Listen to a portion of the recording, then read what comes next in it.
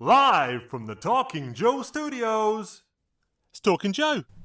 Talking Joe Weekly Podcast. Talking Joe is there. Talking Joe thought we would last. Talking Joe is there. Find each other like a married couple. Our podcast on the air.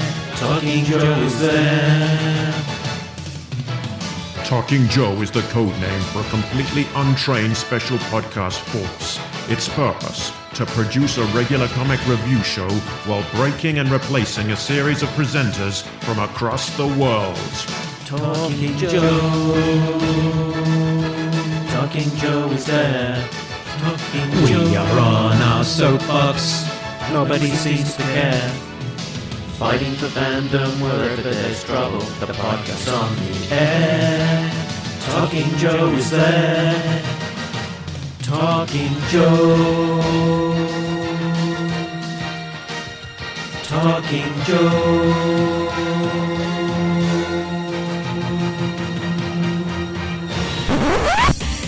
Talking Joe is on the air.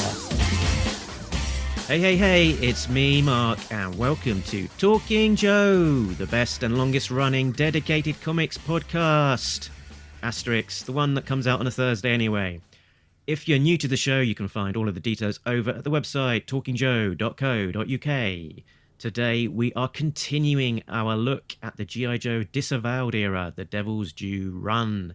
And we are talking issues 20 and 21, a two-parter called Closure from 2003. So before that, let's waffle on with a bit of chat with my co-hosts. First up, it's A Real American Tim. It's Tim Finn. Hello, Mark, and hello, listeners. Hello, Tim. And rounding out our crew, it's G.I.J. It's Jay Cordray. Hello, G.I. Joe fans, and anybody else that's not a G.I. Joe fan. I don't know why you'd be here, but hello to you, too. A sense of familial loyalty, perhaps. I think so. Not my family, they don't care. But some of it, mine are certifiable, so they could be listening. So it's been, in our time, it's been a month since we all got together, so it's great to be back. But there's a whole bunch that's going on. There was a trailer for the Snake Eyes film that came out. One sentence reaction from you both? I haven't seen it because I wait until I'm in a movie theater to see trailers organically. But I will say, I was at a movie theater yesterday, and I really enjoyed just staring at the poster for a good 4 minutes. Because it takes your attention in a different way than scrolling through your computer or your phone if the poster came up as a JPEG and you're like, nah, or like, Very good. And Jay? Well, I was a little more nah than but yeah, I loved it. I guess I really did. It looks, I don't know, I'm kind of not a big fan of the hyper action, and the kind, John Wick kind of stuff. I hope that they don't go too much into that. But just the movie itself looks great. Otherwise, I can't wait to see it. Yeah, some nice action sequences that are teased in the trailer. But yeah, a trailer can be anything because it's so condensed. It's not always a massive indication of what to expect from the film. So yeah, fingers crossed it will be good. And look forward to it coming out. So that was the film. Some big toy news. So yesterday was Fan First Friday at time of recording.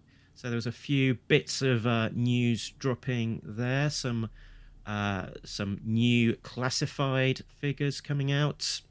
So we had a Commando Snake Eyes. We had Barbecue. We had Breaker and the Ram Cycle. And a new Roadblock version 4, if you count the repaints, everyone's favourite. Where to begin? Which one of these got your attention the most? I don't know whether for me it was Roadblock, Breaker, or Snake Eyes. We wanted Timber right from the beginning, and they've kind of got their order mixed up on some of these things. They put the Ninja Snake Eyes out first without Timber, and now they've put the Commando Snake Eyes out with Timber. But whatever. I'm glad we're getting Timber, and it looks great. The Timber figure looks really great.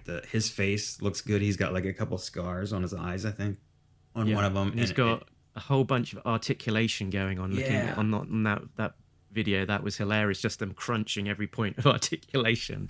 I didn't watch the video. I'll have to try to find that, but I've seen a bunch of pictures of it. The pictures all look really great. Yeah. So yeah, in the head, in the neck, in the midsection, at the kind of bend in the knee, I guess, and then an ankle, and they turned him upside down, and it's even got paint deco for the pads of his paws. So I think the Snake Eyes was probably the one for me. I didn't think that I'd be tempted to buy another Snake Eyes, but with the commando look plus Timber, I think it's probably enough to swing it for me. And you know what I like about this one too, about the Snake Eyes, is he's got two realistic looking weapons. I mean, one of them's an actual Uzi, so that's awesome. And then he's just got the knife and no sword. But again, this is kind of weird. It's like the Commando, the original one, didn't have a sword. The one that came with Timber did have a sword. I don't know what they're thinking, but again, I like the figure. I like that we have a Snake Eyes without a sword, because I feel like they just, I don't know, they rely so much on the ninja thing. I want Snake Eyes to be more of a commando who also happens to be trained as a ninja and has a little bit of a backstory. But anyway, that's after I said I can't wait to see the movie. I really like in the Snake Eyes art how he's lithe. He's not super bulked up.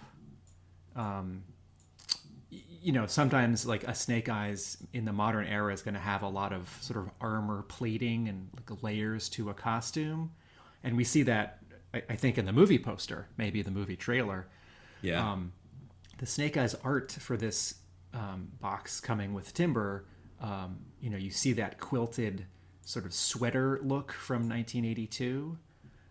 And he looks, more flexible, and I appreciate that small detail. Yeah, anything for me that goes back to the commando, and more away from the ninja thing is I always like whenever they go that direction. My big takeaway from the announcement with all these toys, one, I'm pleasantly shocked that there's a barbecue, because I kind of want to buy him because I don't know a lot of people who go around asking for barbecue. I know people go around asking for everyone, which would include barbecue.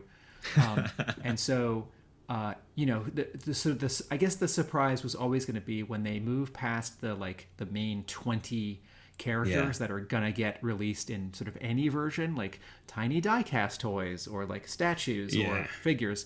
I wouldn't have expected barbecue to be high up on this list, but I really like how his color pops so much, so this will really stand out.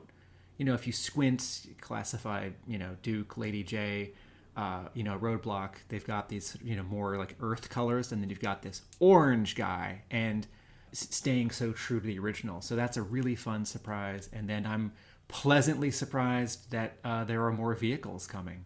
Yeah, so we've got a Ram coming, which looks nice. It's got the removable sort of sidecar component, and out of that comes the removable kind of minigun as well, so it sort of can convert into a weapon, which looks nice. And it looks like it's probably the same one that comes with the new Roadblock as well. So that Roadblock is based on the V1 outfit, complete with helmet.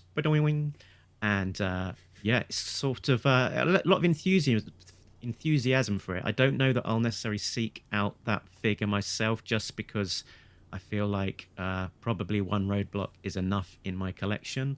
But yeah, probably it's probably going to be the favorite one out of the bunch. He looks quite sort of shiny and sweaty. I don't know if if that's just me, but I think that's just you. Could be. Do you mean the art or the photos of the figure? Figure. The photos of the figure, it just looks very sort of glossy. I think that's down to the lighting. I don't think small plastic men can sweat. If there was one that could, it would be him. And Or then we've would it got, be gung yeah. ho? Didn't we talk about that? I think all of these figures look really great. I'm surprised, like I said in the last episode, how faithful.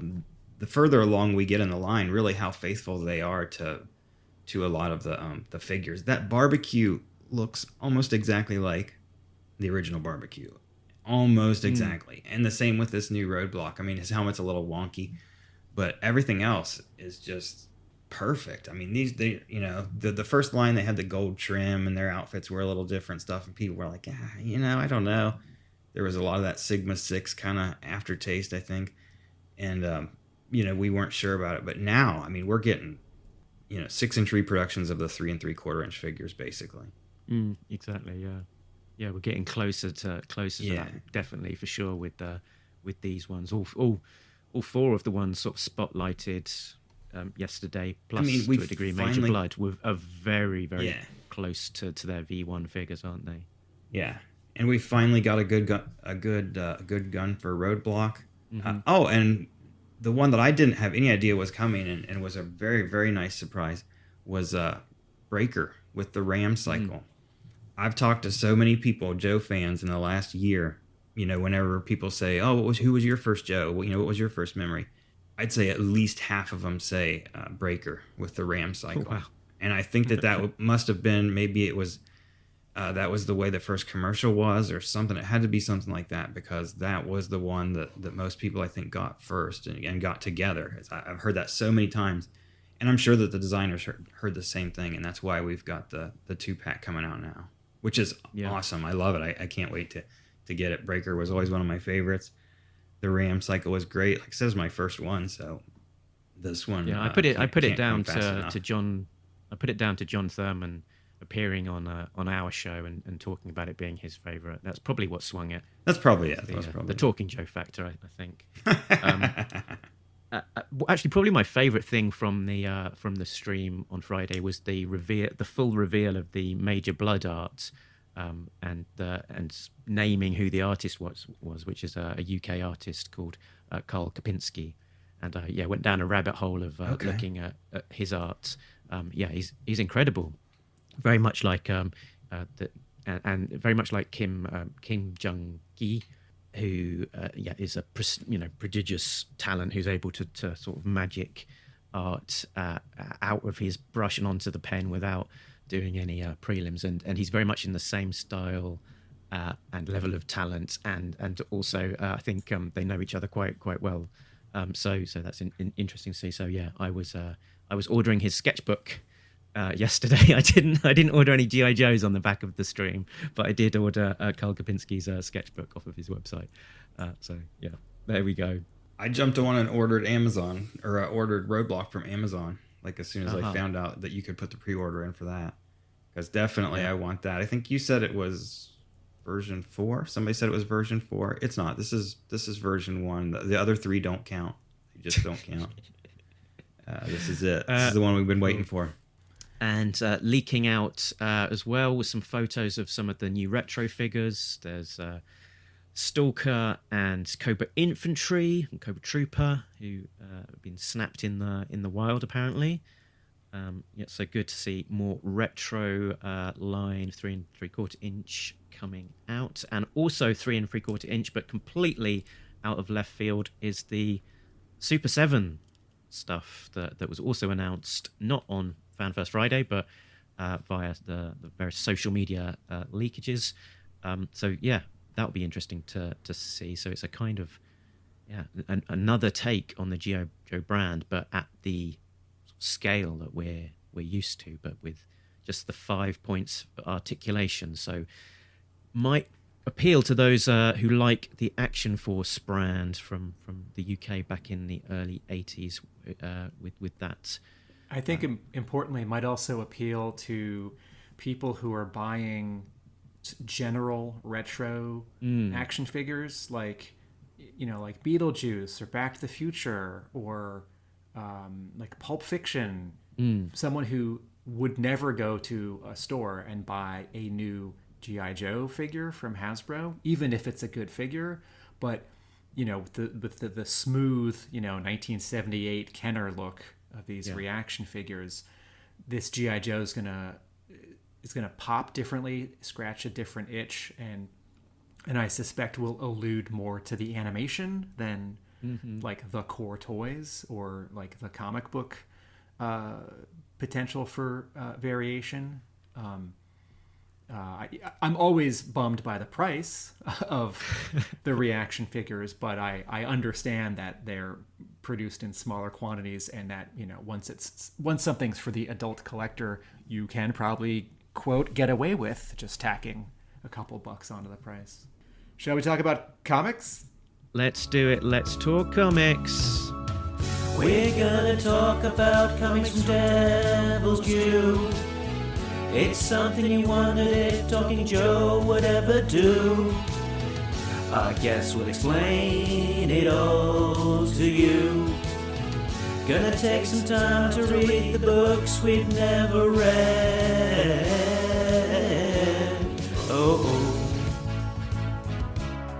So we are talking issues 20 and 21. So for the creative team for the story, Josh Blaylock. On 20, pencils are Brandon Badeau and inks Andrew Pepoy. On 21, it's pencils Mike Zeck, inks John Beatty.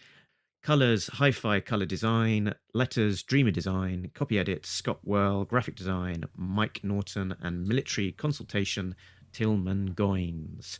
Let's see what's on the front of these books. Let's have a look at the covers in the gallery.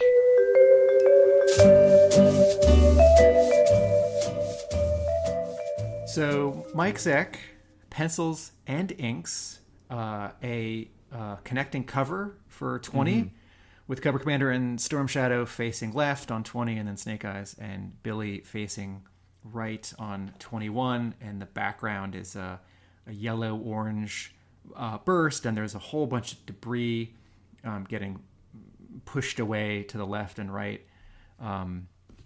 There is also a variant cover for issue 21, which is very helpfully in the back of 20 as the next issue full-page blurb. Love that.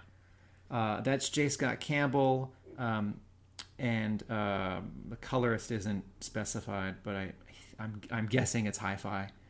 Although usually they sign their anyway, and that's an exciting shot of Storm Shadow attacking Snake Eyes while Cobra Commander holds Billy hostage, and there's sort of a similar yellow bursty sunset behind them, palm trees and some buildings. It's really exciting to have Zeck back on covers. His sense of anatomy is excellent. His action choreography and staging of bodies in space, his sense of composition.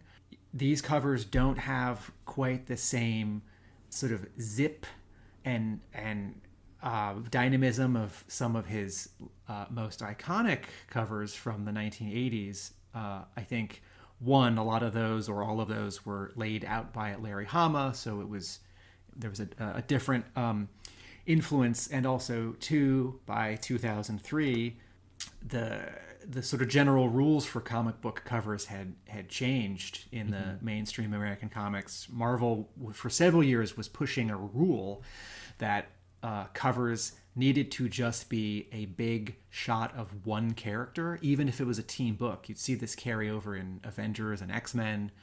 And that made for images that did pop from far away, but didn't have any story and didn't ask a question necessarily.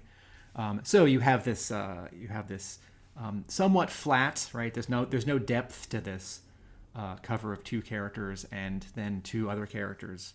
It sort of promises action, right? It's like who are the most Cobra Commander, Snake Eyes, Storm Shadow, and then that guy with the eye patch.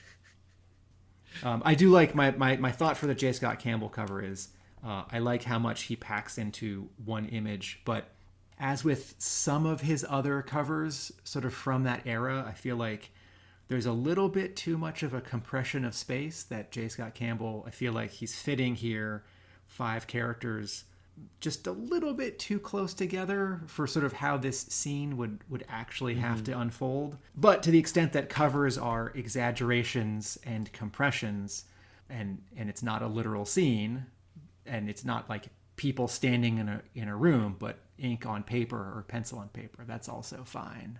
Yeah, and I don't know if because most of the J. Scott Campbell images were sort of have been reused on various trade paperback covers. I'm not too sure if this one was.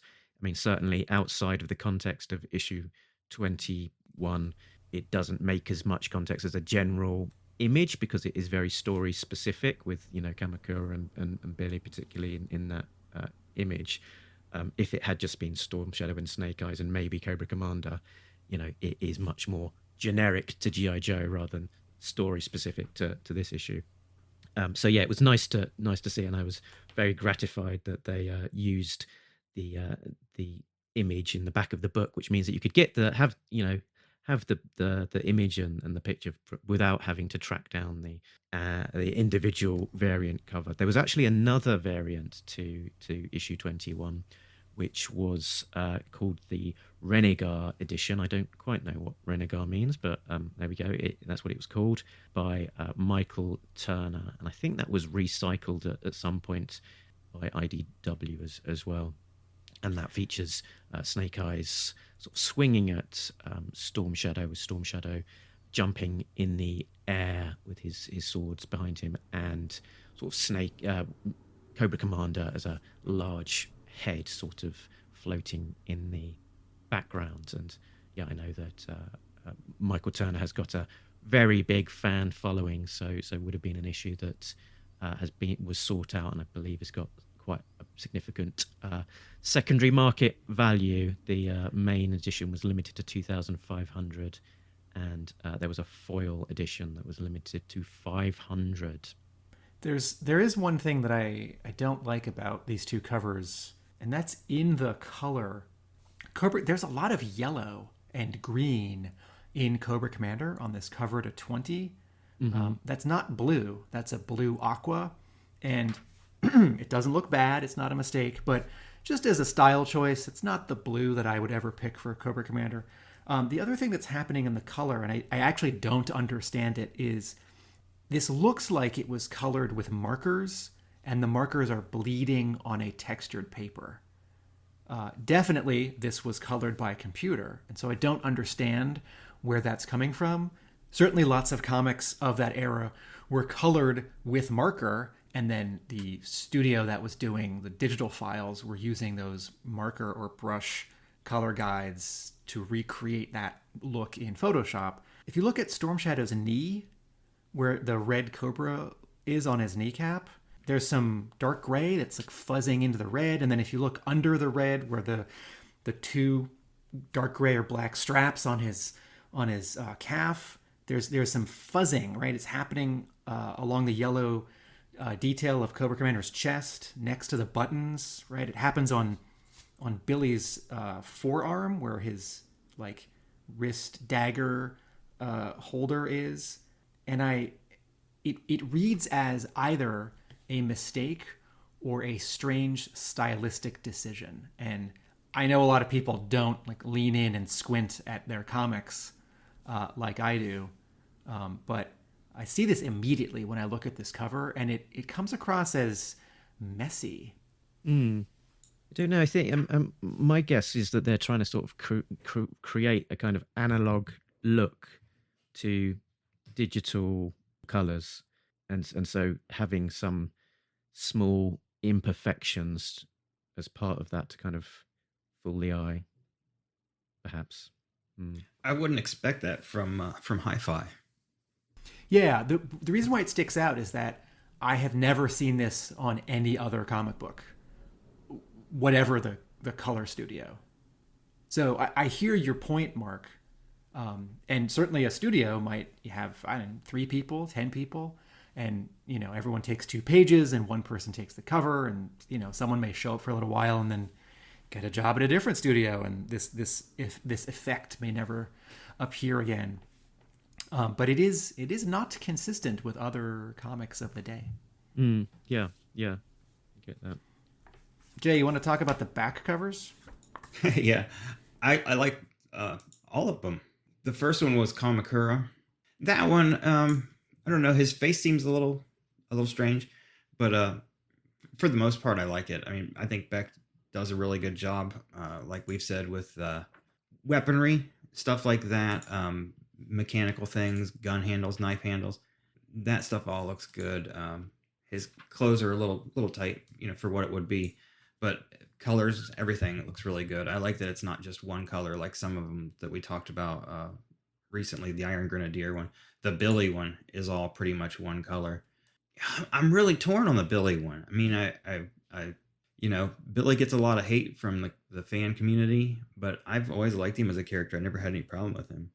This new Winter Soldier version is something to get used to, but in a way, I was thinking about this cover earlier, the back one where he's standing in front of the Cobra. Now we know in this, at least for now, and I don't know if that's going to change at all, he's not sided with the Cobras, but the big Cobra is behind him. Everything about Billy is defined by the fact that his dad is Cobra Commander. There's nothing that he would ever do in his lifetime that would ever make him be anything to anybody but Cobra Commander's son. So his entire existence basically is just loomed over by this huge shadow of the Cobra. And I think that the red coming off from that spilling into the rest of the painting is awesome. It's one of my favorite ones. His face, and the hair, but just the feeling of the picture, I think I appreciate more than anything. It does look a little bit like he's just escaped from New York. Yeah, that could be too. What do you think, Tim? Are you a fan of the Billy cover? Yeah, it's striking. The clothing folds on his leg behind his downward arm look more like a symbol and less like clothing folds. But the composition is strong and the color treatment is really striking. Yeah, Beck's, I don't know, like I said, his some of his clothing and stuff is his wrinkles and drapery we've seen in other covers, like the Flint one pops out to my head. Just his clothing folds are not his strong suit. But yeah, other than that, I do like both those covers. Like both the front covers really well. That Scott Campbell cover was nice. I wish that he would have done one for issue 20 too. And no idea what Renegar is either, Mark. Cool. But yeah, these issues aren't just covers. Things happen on the inside too. And Jay is going to tell us about them. In a candlelit temple somewhere in Los Angeles, the Cobra assassin Storm Shadow breaks free of Cobra Commander's mind control. Stealing a motorcycle from the Dreadnoks, he escapes. In the High Sierras, Kamakura learns the ways of the ninja from Snake Eyes. On his way to Snake Eyes' cabin, Billy, the son of Cobra Commander, receives a phone call from Storm Shadow. Storm Shadow tells Billy only the Arashikage mindset can help him free from the commander's control. Billy arrives at Snake Eyes' cabin and convinces Snake Eyes to go with him to save Storm Shadow. Scarlett tells him she's not going with them. As Snake Eyes leaves, she takes off her engagement ring and drops it to the floor. Cobra Commander catches up to Storm Shadow and places him in a portable version of the brainwave scanner. Snake Eyes, Billy, and Kamakura arrive and a standoff ensues. Cobra Commander tells his men to lower their weapons. "No one is going to shoot my son," he says, as he shoots Billy in the chest. Snake Eyes attacks Cobra Commander but is stopped by Storm Shadow, who is once again under the Commander's thrall. Commander escapes to a crowded street as Storm Shadow stays to fight Snake Eyes. Snake Eyes attempts to put the Arashikage mindset on Storm Shadow again but is stopped by the Dreadnoks. Cobra Commander tries to flee in the Thunder Machine but is pursued by Kamakura. Snake Eyes gets away just in time to see the Commander wreck the Thunder Machine. Snake Eyes attacks the Commander in the middle of the street, but is once again stopped by Storm Shadow. Snake Eyes and Storm Shadow fight to a standstill and walk away. As Storm Shadow and the Commander walk off in the distance, Billy spares a last look at his father before walking away with the two ninjas. Cobra Commander exits stage left, pursued by Kamakura. I like it. So I think the best way of approaching these two is probably to look at them as two issues, even though it's one single story. The feel of the two issues is fairly distinct. We've got very different art styles. We've got a very different approach to the story in terms of one is a traditional dialogue comic, and one of them is all silent, with the return of one of the G.I. Joe greats on art. So, if we start maybe with issue 20 being the first one there, some of the previous plot points are slightly resolved here. So we know that now that the Joes had received a warning from Storm Shadow about the attack on the pit, and that the reason for that was that he had briefly escaped from his programming. So that kind of resolved that Storm Shadow attacking the pit, and specifically Hawk, and how the Joes knew about that. So issue 20, how did you guys feel? Jay? I loved this issue. I was just blown away by Bado's artwork from the very first page. I mean, just the first panel, and man, this is I'm jealous of Josh Blaylock being the writer of this book and being able at this time, because I know they probably still used FedEx for a lot of this stuff, to open up that package and see what his story looked like. I mean, to me, this is just great. I make the book bi-monthly and let Bado do this every issue. The whole issue just was phenomenal looking.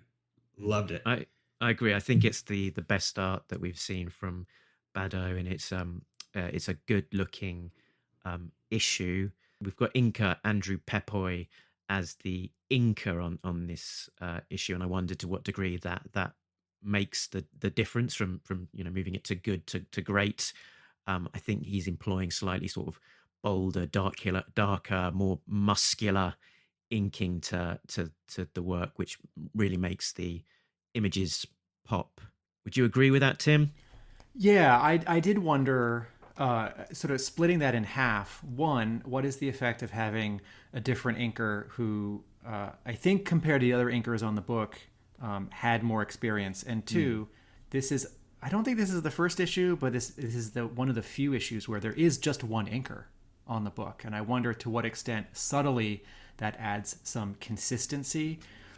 It feels like Bado had more time to work on this issue, and the results are gorgeous. I really like this issue. And I finally figured out sort of what in the back of my mind, what his art reminds me of.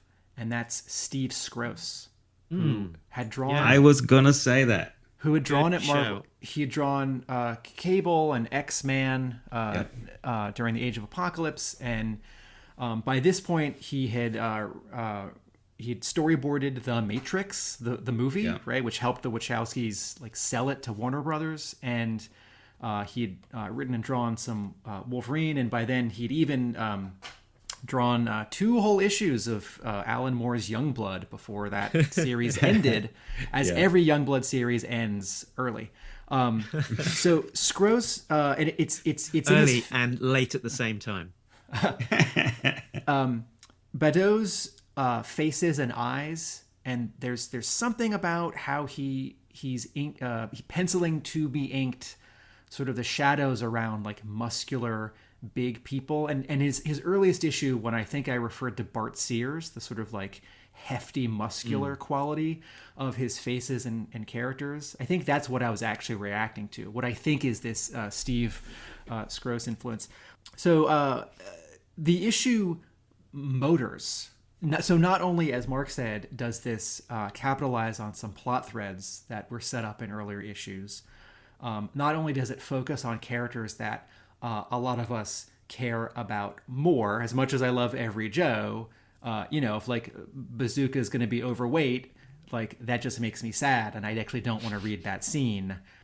And this is capitalizing, this issue and this arc is capitalizing on the emotional heft that got built up over 12 years of the Marvel run because of Cobra Commander, Billy, Snake Eyes, Storm Shadow, and Scarlett, and even Timber to that to some extent. So there's also some really beautiful, if you like the aggressive 2003 style of coloring, there's some really beautiful coloring in this issue.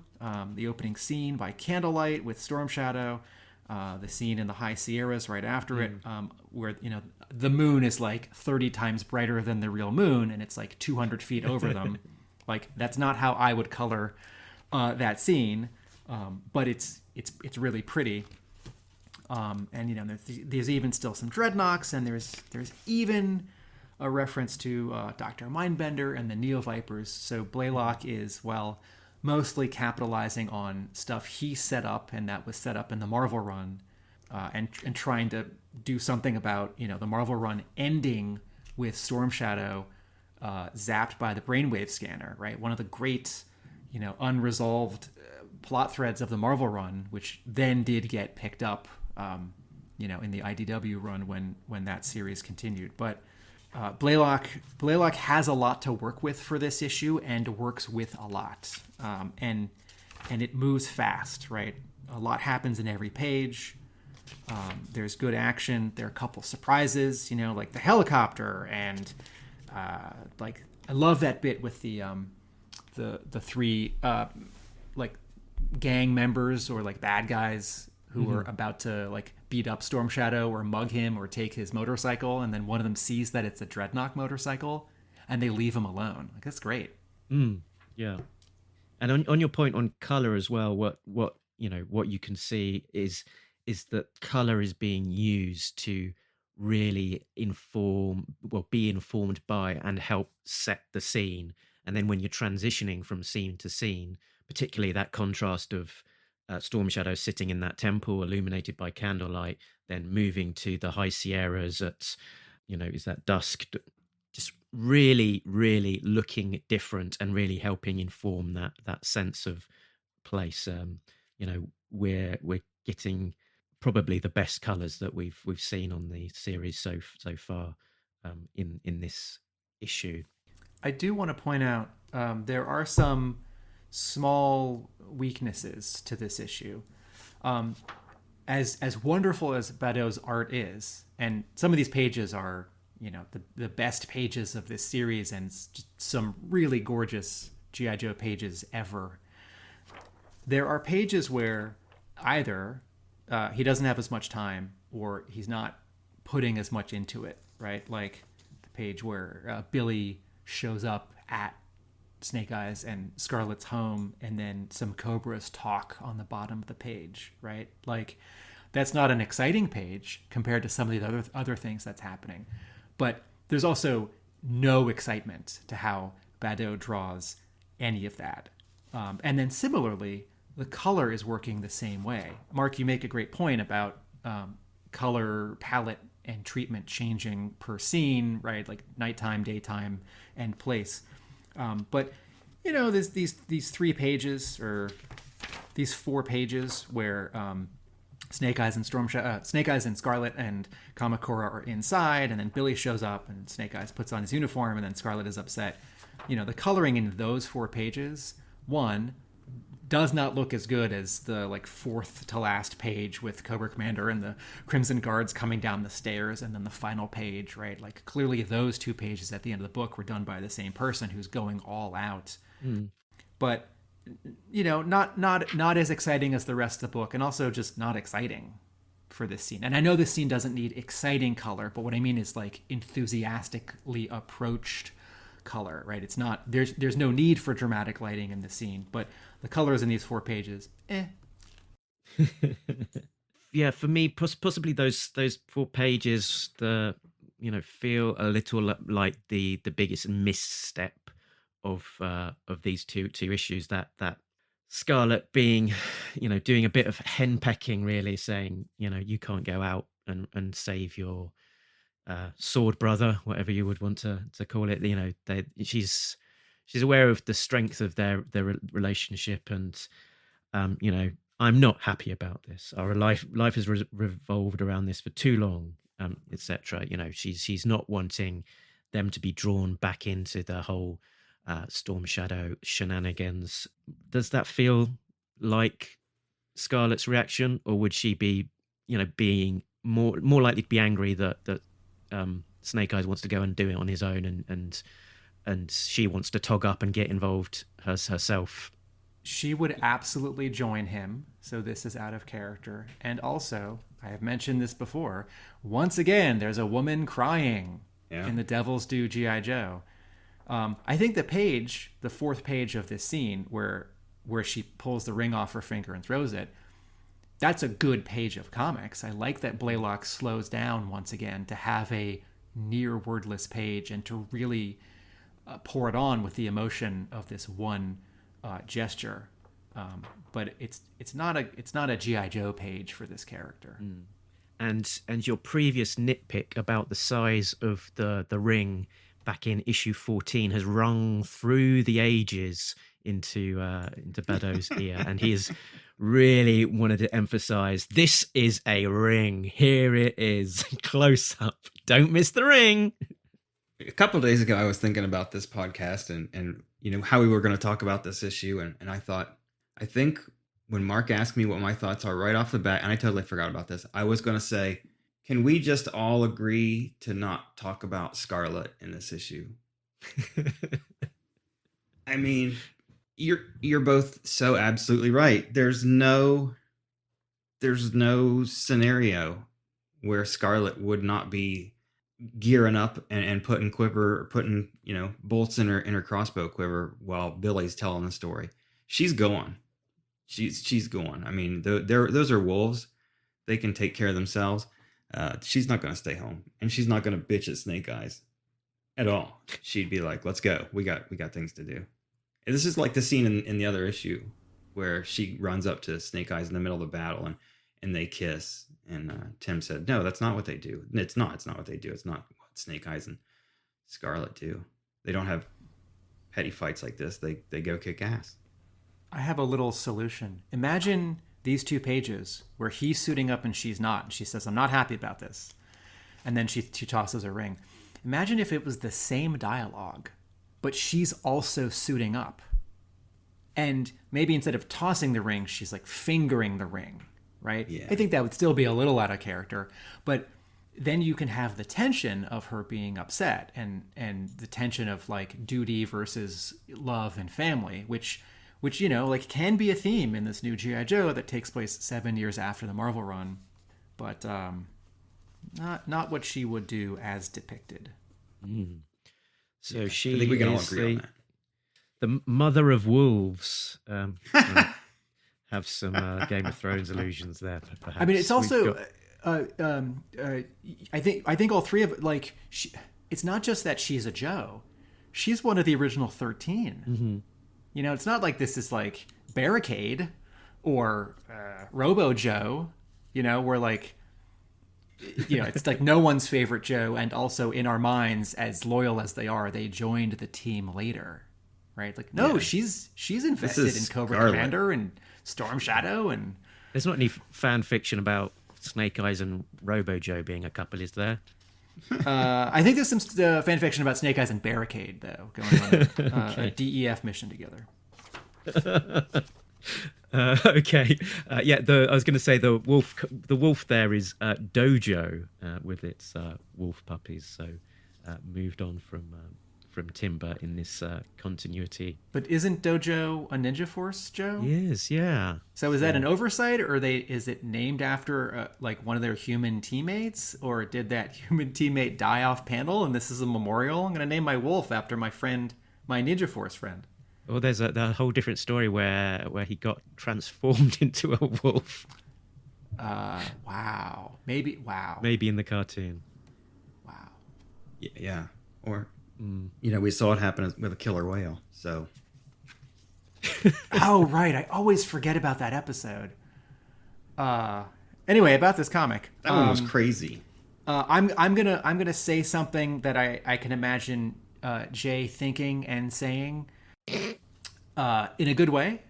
That is a fine looking motorcycle. Brandon Badeau. This page where Storm Shadow steals the motorcycle. Motorcycles are hard to draw. That's a great looking motorcycle. I have two sort of storytelling questions involving this scene where Thrasher bursts into this like boardroom meeting of Cobra Commander Zanya Zartan and the Crimson Twins.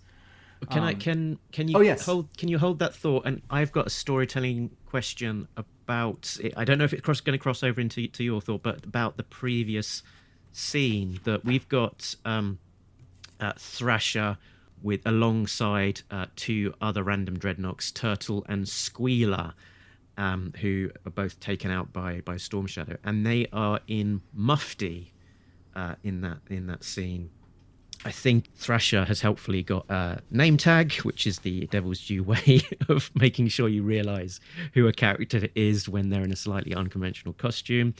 But yeah, I'm not too sure how I feel about that aspect of having the characters in mufti, particularly when it's such a short sequence. I think in terms of the clarity, it might help the reader if they were just in their Dreadnok gear and Thrasher was in his regular Thrasher Dreadnok uniform, and then that carries through into the next scene.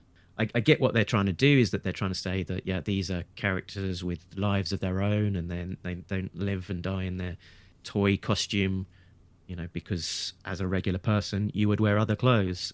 The problem here is that if he's running off to tell Cobra Commander the terrible news, to give him the dire warning, why would he take the time to put on his Dreadnok costume before bursting into the boardroom? True. My storytelling issue here is that the dialogue and the staging make it pretty clear that these three Dreadnoks are coming into the garage where Storm Shadow is already inside, but we don't really properly see Thrasher and the other two in the doorway, opening up the door and some of the inside of the garage in front of them and also some of the outside of the garage behind them. We sort of see one or the other, and then the panel on the page turn where those two guys get killed by Chinese daggers, the background is sort of an orange, which is like an old coloring effect where when something exciting or violent or angry happens, the background or the whole panel is yellow or red. But this just sort of looks like suddenly it's daylight, and this is at nighttime, all the outside is very blue and the inside of the garage is very blue gray. And then the panel where this well-drawn motorcycle where Storm Shadow's driving away and there's all this dust it's kicking up, and Thrasher is turning around and running. I don't need to see two Dreadnoks dead on the ground for the sake of seeing dead guys, but to add closure to this story point that Thrasher came in with two guys, they both just got felled, and then I guess they're on the ground behind the dust and we don't see them. But again, it's this sort of separation of wait, is Thrasher actually inside this garage? Where is he? Is he outside the garage? Did they cross the threshold of the garage? And I think as wonderful as Badeau's art is here, his storytelling could still benefit from pulling the camera back a little bit now and then and showing more of the scene, and also putting the camera high and aiming it down. There are several panels in this issue where he draws something straight on, which in terms of perspective is easier, but doesn't get the storytelling as clear or as dramatic as it could be. Yeah, I think there's one panel which for me could do with a slight tweak, which wouldn't have taken too much but would have helped. And that's the one where the garage door is beginning to lift up. If that had been one single panel instead of a close-up of the motorbike, with the keys in the ignition, which I think is unnecessary, and you saw all three legs under the garage door as it's lifting up, that would help sort of, you have the connection into the next panel. The storytelling would be a bit more clear. And if Thrasher were in uniform, then we would very clearly know his boots, his torn pants. Sure. And that word balloon, I sort of did a bit of a double take at the time, sort of trying to figure out what that was, where it's saying don't care none anyway, know what I mean. And that's, who's that pointing towards, because it could quite easily be coming from Storm Shadow. I thought if that is more distinctly coming up to the edge of that, the kind of the lip of the garage door coming up and then sort of squared off, and it's clear it's sort of actually it's leading the fine bit of the tail is actually underneath the door and sort of sitting behind, so it's leading you. I go, yeah, it's coming from behind the door. Makes sense. Yeah. Before I jump into this boardroom scene, Jay, do you have any storytelling clarity comments on the issue? Yeah, you're right. When I was reading this the first time and I got to that panel where he's driving away on that motorcycle, I just about lost it. I was like, holy cow, look at that motorcycle. And a second sighting, Tim, of the cheese sculpture, this time behind Storm Shadow's stolen motorcycle. Yeah, this one looks sort of less like a cheese sculpture, more like a mocha whipped cream sculpture. Yeah, something like that. It's not quite as shiny. But yeah, there's this issue is just great. There's I'm looking at the page, still with the motorcycle, him driving away, and yeah, having that top panel colored like that just doesn't work very well. I mean, everything about it looks like it's almost a completely different thing, because with the change in the background, it also changes the color of everybody's clothes.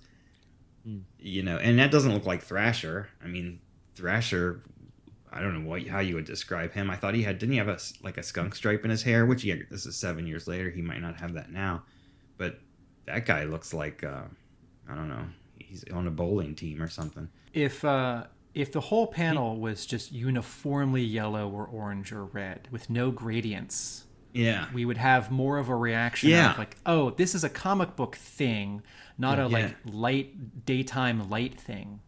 Yeah, I had exactly the same thought. And Thrasher's hair as well. It's sort of, I think it's made obvious on the book who it is. He's got his name tag and he transitions into his uniform in just a couple of pages. But he could have still used the name tag. Yeah, when he's not got a name tag when he's in his regular outfit. But when he comes through the door, I was like, "Who's that?" I mean, that doesn't look like Thrasher's normal uniform either. Not that what the Dreadnoks wear is a uniform, but I think are you consulting battle files? Is this no? This canon? Is probably the new one. This is probably the new Thrasher uniform, and yeah, you got to do your research, Jay. But also, I just like the classic Thrasher. Is that so wrong? Yeah, I was going to say Sneak Peek 2 had green hair as well, so I thought that was another reason to make it a little bit clearer. I think there's no good reason that he can't just be in his Dreadnok uniform. But let's leave it at that. We've said it. I want to talk about this boardroom scene. Okay, yes, so this is kind of funny. All right, so I really something that Blaylock does, which I like. The 1, 2, 3, 4th panel of the scene, Thrasher delivers the bad news, right? Storm Shadow just killed two of our guys.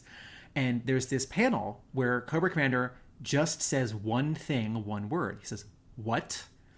And I really like that. That's a good punctuation, right? Like, is he panicking? Is he disbelieving? Is he just really irked that he's being interrupted by what Thrasher thinks is bad news, but actually isn't that bad? Okay, so you turn the page, and there's all right. So Cobra Commander, we'll continue this later, and then I guess Tomax says, "Never a dull moment," and then you turn the page, and there's a caption that says "soon," which feels like 15 minutes or 2 hours later, and nothing has changed. Everyone's in the same position, but suddenly there's this like piece of equipment on the table. And Zanya says, "What the heck is that?" And Tomax says, This is how we keep Storm Shadow in line." And then he explains it's a portable brainwave scanner. I don't understand why we had to jump ahead like 20 minutes or 2 hours. Like, Thrasher's still seemingly standing in the doorway. It's like either he would have like run back out to like tell the news to the other Dreadnoks, or he would have, I don't know, taken a seat. So let's just remove this one caption box that says "soon." I think it's there because this piece of equipment has suddenly arrived. But you could also just have drawn it there in the first place, or like have Tomax or Zaymot like pulling it out of a box on the page turn, wherein Zanya could say like, "Uh-oh, what are you pulling out of that box? What is that?" Okay, so my other half of this sort of storytelling thing I don't understand is they explain it's a portable brainwave scanner. And Tomax says, although it only works on former patients of the old model. And Cobra Commander says, still, Storm Shadow did a lot breaking control. And then Thrasher takes the piece of equipment and he says, "Let me take a look." And Cobra Commander says, "Please don't delude yourself into thinking that you could possibly understand the workings of that machine. Thrasher says, "You're right. I'd probably find out how to make it into a cannon for the Thunder Machine before I'd figure out how it works." And then in the final panel, like the camera is pointing specifically up at some like wiring in the back of this little device, and Thrasher's pointing to it, and he says, but these spliced wires might have something to do with it. And I get the general story beat here that Thrasher is solving a problem and demonstrating that he's smarter and more technically savvy than Cobra Commander, or maybe everyone gives him credit for. I don't fully understand what problem he's solving. Is he solving the problem that this brainwave scanner only works on some people, not everyone? Or is he solving a problem that hasn't been explained, that like just two of the wires are like spliced? So like, I don't actually understand what the story beat is here. So they're saying that Storm Shadow's brain waving is wearing off and he's breaking free of it, and there's going to be a reason for that. And what I think they're saying is that the wiring on the device that they're using to top up his brainwashing is due to the fact that they've put the wires in wrong, and so that means that it's faulty and not giving him the required dosage of brainwashing, which is why he's been able to escape from it. Okay, thank you for that. I was in that direction, but I feel like the dialogue doesn't. I need my hand held a little bit more. Not because I'm dumb and I don't understand. I understand. Everyone listening, I understand that this portable brainwave scanner is not as powerful as the regular one, and they want to do something about it. But I feel like there's like a line of dialogue missing from Cobra Commander or Tomax or Zaymot, or like a greater sense of their doubt that Thrasher is sophisticated enough to fix this, or the problem is actually more complicated, and it's not as simple as him just looking at it and saying, you idiots, you have these wires crossed. Like, I think the emotional payoff of like, yeah, Thrasher's better than you thought. It's like, wait, you all didn't understand that your portable brainwave scanner had a wire spliced? Like, I guess what he's really saying is like splicing a wire is connecting two wires that aren't connected. Yeah. What I see here is a wire that's split into three wires, and they're just drawn like RCA ins on the back of a VCR. Yeah, I don't see anything spliced. Yeah, so again, the like sort of emotional and logic payoff of this problem that gets solved, not fully clear. Yeah. But that worm's eye view of Sylvester Stallone there is perfect. We should note that the original Thrasher figure is his likeness is based on a Hasbro employee named Dave Kunitz, and then another Ozone later on. Ozone is also sculpted in Dave Kunitz's likeness because the Very Thrasher cool. figure only kind of looks like Dave Kunitz, and Kunitz was there for a long time. And maybe the only Hasbro guy who had 1.5 figures, not just one, sculpted in his likeness. I don't mean like a version 2. I mean a different character. Okay, so here's another thing that wasn't confusing, didn't make me upset, but I feel like missed opportunity. So Storm Shadow is on the run, and he bumps into these 3 guys who are gonna like steal his motorcycle, and then they see that he's a Dreadnok, or it's a Dreadnok motorcycle, and they back off, which I think is a cool scene. And then Storm Shadow bursts into this doorway, and again, Badeau is doing all these close-ups or these like long shots and medium shots that are really crowded, so I don't really know where Storm Shadow's headed. So there's this the page after the helicopter reveal, Storm Shadow is like kneeling or crouching, and his hands on a doorknob, and he's going right, NNNGH, and he's trying to like either steady himself against a door or a building, or like actually go into this room. And I can't tell what kind of building this is. Is this like a martial arts dojo? Is it like a storage locker? Is it a safe house? Is it like a regular apartment? Is it a little business? Is it the back door in an alley of a business? I can't tell, because I don't get enough of a sense of the building and the like parking lot, alley, whatever it is. So he does break into this doorway after those 3 guys get scared off. And there's some nice color work where through the doorway I can see outside is still like pink and orange, and inside it's all blue and green, because it's inside and there's a computer monitor or whatever. And there's this guy. There's this guy at the computer with a mustache, and he's wearing a like Japanese martial arts uniform, right? Like the black shirt and pants that I've seen like martial arts guys wear in movies. And he says, Tommy Rashikaje? And Storm Shadows collapse on the floor and he says, help is coming. I don't know who that guy is. And 2 pages later, almost as an afterthought, when Cobra Commander and 3 Crimson Guardsmen barge in, one of them like knocks him out. So the intervening page where the helicopter lands, Snake Eyes, Kamakura, and Billy are gonna like go rescue Storm Shadow. This guy with the mustache has 4 panels to like put Storm Shadow in bed and put a cool towel on his forehead and not say anything. Storm Shadow gets all the dialogue for those 4 panels. So again, I don't know who this guy is, and like, is he a local business owner and like Tommy has helped him? Is he like part of the clan? Is he like a sort of an embedded like G.I. Joe informant? And I'll jump ahead to issue 21. Like, we see him in one panel, like unconscious, because 21 picks up a moment later after 20. But like, I don't know who this guy is, and I really want to, or I don't think he should be in the story. Yeah, I guess there's they've introduced him, but figuring that he's not important. My take is that his hideout, because he tells Billy where he's going. He's going to Crenshaw Boulevard, the video arcade in Los Angeles. And so my take is that Tommy is going bursting in through the back door of the video arcade, and this guy is probably the arcade manager or some such. It looks a bit like a back office. He's at the computer. There's a safe there. There's a calendar on the wall. So it doesn't look like a sort of publicly available space in a store or whatnot. So it's probably the back office, and this guy must be a contact of Tommy, who he's arranged previously that he'll help him out if he needs to have somewhere.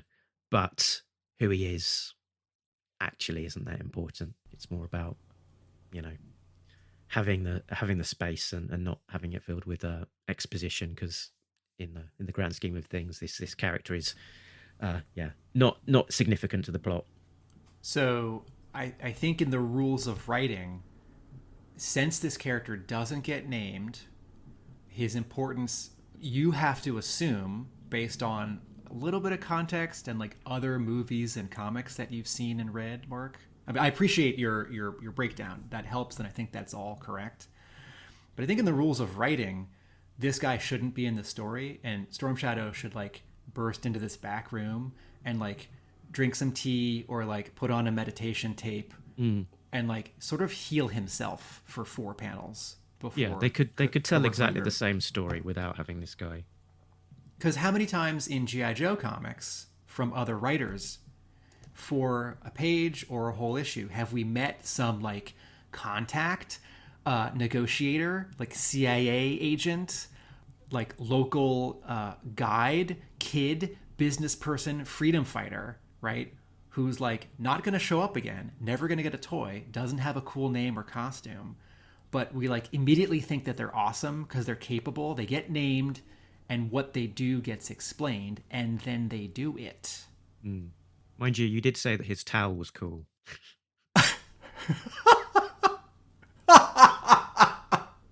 Yeah. This guy's file card says wet toweler. Secondary military specialty, business management, because he runs the arcade. There you go. He's Also, the business manager for the arcade.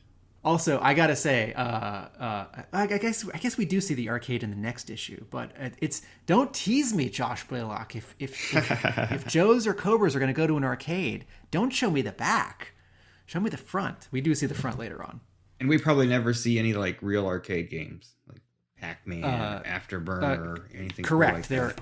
there are some funny substitute names in issue 21, which we'll get to in a moment. In a second. I was gonna talk to one of the other small scenes where Tommy is calling up Billy on his 2003 flip phone, and so it's ringing, beep beep, and Billy answers in his cool ninja way, "Yellow." Yeah. And then Storm Shadow is, "Billy, it's Tommy. I need your help."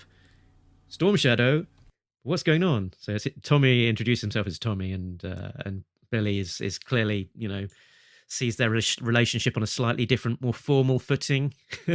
Oh, Storm Shadow. I don't know. Yeah, it's kind of weird. But I love this. I love that Storm Shadow's in trouble. He's trying to break free, and he's having these little lapses of clarity. Mm-hmm. So he calls Billy and he says, "Billy, I need help. Come find me here."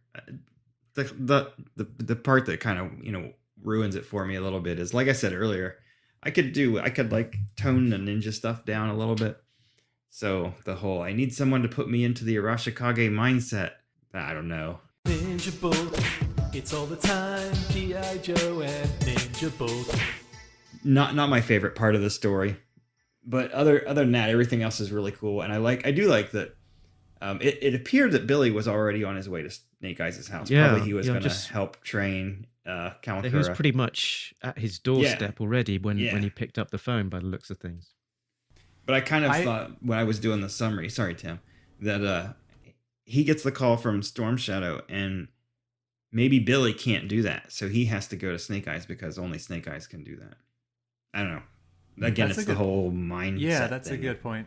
Yeah. I think, Jay, following up on sort of a little too much ninja stuff in that bit of dialogue where Storm Shadow says, "I need you to put me in the mind thing." I think that's what needs to happen is good. And jumping ahead to 21, that Snake Eyes tries it. I think that's good. I think it comes across as a little gimmicky when someone who's like not a ninja refers to it, or when Storm Shadow is asking for it as if it's like a special power up in a video game, or like an accessory with the toy. It's like, if you can take off his hands and like put on the other pair of hands that are like together and making a triangle. It's like, the Storm Shadow action figure can like do the Arashikage mindset. So That'll I be think the next variant. I think this story beat needed to be less hit over the head in terms of dialogue, or like Storm Shadow wouldn't ask for it. He would just be like, NNNGH-ing. Yeah. Like, and then Billy would like run into Snake Eyes' house and be like, "I just talked to Storm Shadow. He's flipping out." And then Scarlett could say like, "Oh, Snake Eyes, do you need to?" And then Snake Eyes would nod. Right. And then it just happens in the next issue. I think this needs to be a little bit more shown and a little less told, not because it's clearer, but because it's less gimmicky that way. Yeah. But other than that, again, loving it, loving the artwork. The panels with the Jeep especially, I think, are really nice. The panel there with Storm Shadow leaning on the phone. Body language is really good.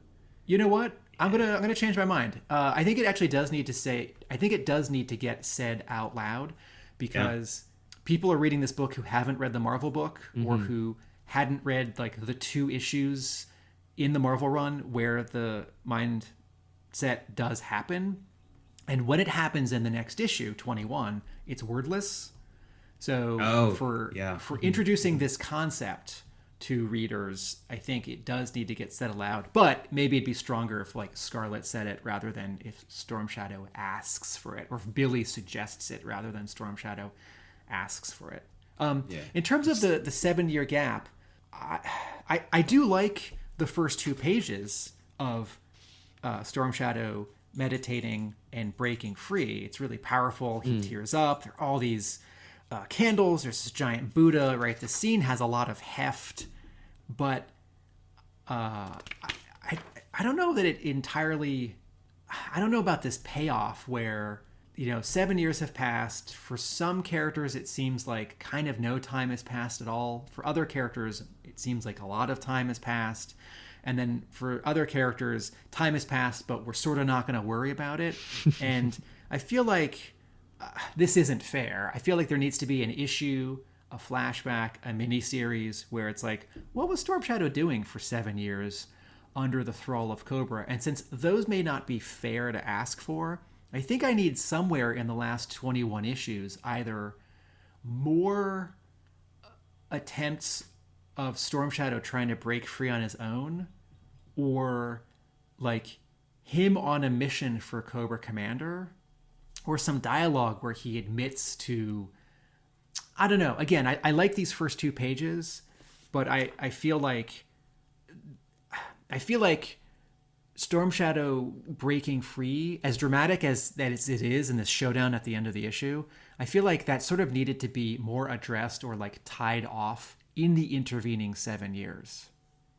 That it's just too long and it's too much for us to not know like all the terrible things he's been doing under the thrall of Cobra Commander since then. And since we don't, when he tears up on a full page splash and announces to us that he's free, it's like, okay, I guess. It's like, oh right, well he's like shown up 3 times already, and he and Snake Eyes had that fight with the elevator and the space slash. Yeah, 'cause I'm thinking, you're making me think of the Winter Soldier now, and in the depiction of that in the films and in the recent TV show, sort of the toil that it took on Bucky in terms of all of those things that he did while he was sort of under the control of the brainwashing that he can kind of remember, and that it's taken a mental toll on him that as with Bucky working for Hydra or whoever, doing some terrible things during those years, that for Storm Shadow presumably there's much the same, that he's done some pretty bad things for Cobra, and that's going to come to the surface. And in terms of Devil's Due having an opportunity to tell that story, right? A couple years later, there is a monthly Storm Shadow comic.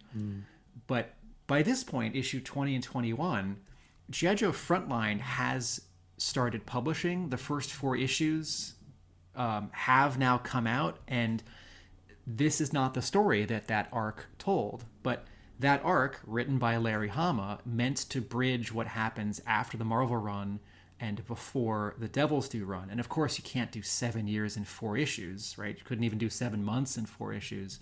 But there has been a publishing opportunity already to tell a story in the Devil's Due continuity of what happens after issue 155. And I haven't read Frontline, that first arc, in 2 years. I did reread it in 2019. Storm Shadow's not in it, as I recall. So maybe I just need issue 20 to be like double-sized, right? And we can get more amazing Brandon Badeau art, and we can intercut with some flashbacks of Storm Shadow doing terrible things. I'd be all right with that. Yeah. As great as this splash page of Storm Shadow saying is, I'm free, I do have an error detected on that particular page. Error detected. Error detected. No prize incoming. And that is that his fancy throwing knives are facing inwards to his legs, and later on they are facing outwards. So they're wrong way round, I think, on this panel. But I can see how that is easily done by the artist. Sorry, I honestly just thought they were sitting there. I didn't think they were on his legs. Yeah, later on when he's in the garage, you can see them sort of on his shins with the handle pointing away, and that's where he would have gone down to reach the knives and throw them at those two generic dead Dreadnoks. And then in the next panel onwards, when he's on his bike, the handles of those throwing knives are nowhere to be seen because they are lodged in Dreadnoks and they're no longer in his boots. He didn't get those back from the Dreadnoks. What a great splash page that is. I love the mat. Yeah, I was just looking at the page where Storm Shadow says that he's free. The little touches in there really make it nice. Look at the mat that he's sitting on. You know that it's something different because it's kind of bumped up there. And it's just a nice little touch. Everything in this issue looks so great. Those bricks look great. Yeah, the inker on this was fantastic. They should have got him along earlier. Did you see the pencil? Did you send me the pencils for this page, Mark? That's right. It was it that page or it was page 1 or page 2 had the pencils and the ink side by side. It was this one, I think. Page 2. Yeah, it was. Man, page 2. Very tight pencils. I mean, it looks almost exactly like this. My second error detected for this issue was on Tomax's scar. Mark does, of course, mean Zaymot. Duh. When he's in the boardroom. It's back on the left from our perspective looking at him and over his eye, which is closer to the more canon place of where it should be, but it's moved from where it has been for most of the previous issues where he's been appearing. So maybe he's had some surgery to realign his scar. Even in the previous Bado issues, I think he was drawing it on the right mostly, but I did notice it wasn't completely consistent.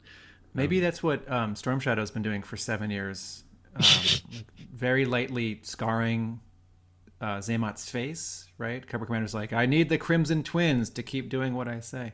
So I have 2 I Spies. If it's time for that, I spy with my little eye. All right. So the page where we cut inside Snake Eyes and Scarlett's cabin after the practice fight, and Kamakura is wearing his costume, and Scarlett says, "You can take off your costume," and he says, "No, I'm keeping it on." There's a wordless panel of Scarlett with chopsticks pulling some noodles up, and Snake Eyes has his 2 hands together, and I should show this to my friend who knows American Sign Language, who knows ASL. I don't know if this is a specific word or idea, or if this is that general, when you cross your thumbs and you flap your fingers and make the bird flying away. I don't do that when I mime that. I don't do that as a funny kaka. I do that as a there's an idea that you didn't catch, or is it? I sort of thought is this like empty nest? They're all growing up. Snake Eyes, Kamakura, your apprentice is leaving the nest. Anyway, so I don't quite know what that is, but I like it. Going back 2 pages, when Billy is in this Jeep driving in the High Sierras and his phone rings, there is a phone number. There's caller ID. There is a phone number, and it's not a 555. It's not a fake, movie phone number. That just looks like a real phone number. And I wonder several things. One, maybe one of you can check while I'm saying this sentence. 323, is that area code Los Angeles? Because on the next page, Storm Shadow is calling from a payphone at a gas station, and I think he's in LA by then. Yeah, he's in LA by then. Yeah, it is an LA code. Thank you. 2, is this a phone number that Blaylock or Bado lifted from something real? 3, is it a payphone in Los Angeles, a real payphone, perhaps at a Shell station, because it's basically a Shell station, gas station. Number 4, why haven't any of us called this number?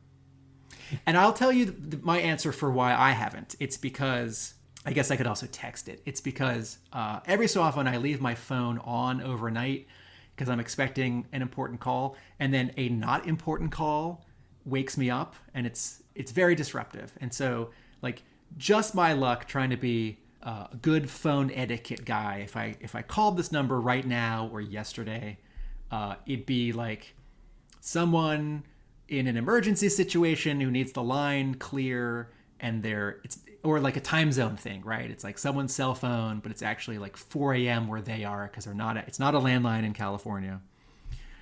So I just want to put this out there to our listeners. If anyone texts or calls this number, let us know what you find out. Maybe it's a disconnected number. Maybe it's a. No, it's a good call though, isn't it? If it was a public phone booth outside a snail garage in LA, then they they could have used a real life number. That's It's very probably Josh curious. Blaylock's ex-girlfriend's phone number. Maybe this is like 867-5309, which the utility company, I think, like permanently disconnected because of that song from the 80s. Maybe we're missing some research from 2003. Maybe this really was like a payphone in California. A bunch of Devil's Due fans tried it out, and then like, the phone utility in California, it's like, we just have to disconnect this phone permanently. Someone spiked it. Sure, we can think that happened. I had an I Spy for this issue, which was Cobra Commander and his big droopy eye holes. So in that boardroom scene, particularly, it's those appearance of those big eye slits on his hood, which sort of come all the way down to expose the kind of the extremities of either side of his nose. I believe they're called nostrils.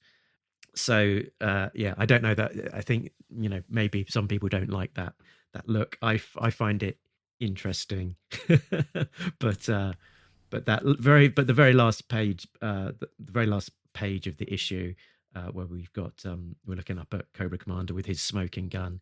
What a great shot, and what a cliffhanger for the next issue.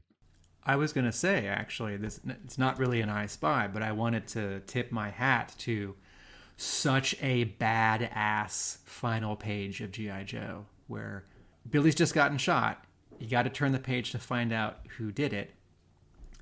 It's Cobra Commander, right? Crimson Guards never looked cooler than this page. One of them is way up close, right? And the composition of this page is, you even get some Storm Shadow and Agony in the background and some negative space between Cobra Commander and a CG. And then there's a Japanese lantern, one of those paper sphere lantern lights hanging from the ceiling, and some swords on the wall. And again, it's really aggressive, pretty coloring, really well drawn clothing folds and straps and belts in this page, right? Like 3 bad guys staring down at you with weapons, and excellent cliffhanger. What an absolute bastard Cobra Commander is, too, to shoot his son. I mean, it's such a great moment. He's like, no one is going to shoot my son except me. Bang! And you're just like, holy crap, he just shot his son. Yeah, if you followed the Marvel book from, issue 10, which is Billy's first appearance, all the way through, and for years, this is a character that like I said, some people don't like him. I always liked the character. I always thought his story was neat if you looked at it, just the big picture kind of thing. Yeah. And then pop by his old man. It's just like, it's really shocker. Great moment. We can probably do favorite line of dialogue here as well, actually, because we probably have got a limited selection for issue 21. Pretty sparse. Quote of the week, quote of the week, quote of the week, quote of the week, quote of the week, quote of the week, quote of the week. My favorite line of dialogue, I'm going to say right now, is no one is going to shoot my son except me. That's just, how can you top that? It was so biting. It's like, wow, Billy just got punked by his old man. My favorite line is a few pages earlier. It's the second of the trios of like tough guys that threaten Storm Shadow, where he's kneeling, trying to get into this door that I was talking about before. This is just before one of them sees that it's a Dreadnok motorcycle. But Storm Shadow's in pain, and someone says from off panel, "Yo, stop right there! Yo, dog, look at this Loco's outfit." And then the main like tough guy, who's pointing a gun, right? So this is about to be a mugging or a murder. Says, "You doing some Mortal Kombat birthday party at the arcade, Holmes?" And I appreciate that in this world of outlandish costumes, someone acknowledges an outlandish costume, right? I do think that in a lot of parts of like Los Angeles, Chicago, and New York, a lot of Joes and Cobras could just walk down the street and it wouldn't seem so out of place. And that point has been made in the letters page of the Marvel run. But, as much as I want these characters to show up in their costumes no matter what, right? Like, I want Gung Ho on an Arctic mission underwater. I want him in his vest. I don't want him wearing the same scuba diving suit as everyone else, because then I can't tell it's Gung Ho, right? Like, it doesn't make sense, but in that direction, like, to me, G.I. Joe is kind of like a superhero comic, right? Like, Superman doesn't need red underwear. There's a historical reason for that in the costume design, but he doesn't actually need it. But the costume doesn't look as good without it, right? So I like it when... I think this line is funny, and it also refers to the arcade, which is a small, plot point as a location. Reminding us of the location. I think as an Easter egg here, actually, the two of those gangsters, or whatever you'd call them, the one on the left, I believe, is meant to look like Biggie Smalls, and the one on the right, Tupac. Okay, I thought the close-up of the guy on the left, I thought this is a particular face. So, good catch. And the Tupac connection, probably less so in the face, but more from that, the look of the bandana kind of tied up at the front with the not sort of pointing outwards. Mark, you have a favorite line of dialogue? I did. It was just before the one that Jay selected. Cobra Commander saying, "What are you going to do, Billy? Shoot your own father?" Which is quite funny in terms of the context of that is what he wanted to do back when we back when the rally. Billy, exactly, back at the rally when Billy was much younger. A nice echo to that famous scene from Billy. That second to last page, the one, Mark, you just referred to, 1, 2, 3, 4, 5, 6, 7 panels. The page before it, 9 panels. This is a good and a bad at the same time. Blaylock continues to write densely, right? A lot happens per page, which I appreciate. A lot of action, a lot of dialogue, a lot of geographical and scene transitions. And this second to last page, because the coloring is so aggressive, because Beto draws the way he draws, panels 2, 3, 4, they get a little busy for me. And that word balloon that you just referred to, Mark, what are you going to do, Billy? Shoot your own father? That word balloon is a little bit too far to the left. It's like on Cobra Commander's head, which is kind of a no-no. But going back to value for the dollar and like time spent with a beloved property, I would rather a writer put a lot or too much into a comic, into a page, than not enough. And as I said at the top, this issue really motors, right? The pace is really fast. A lot happens. The emotional stakes are high.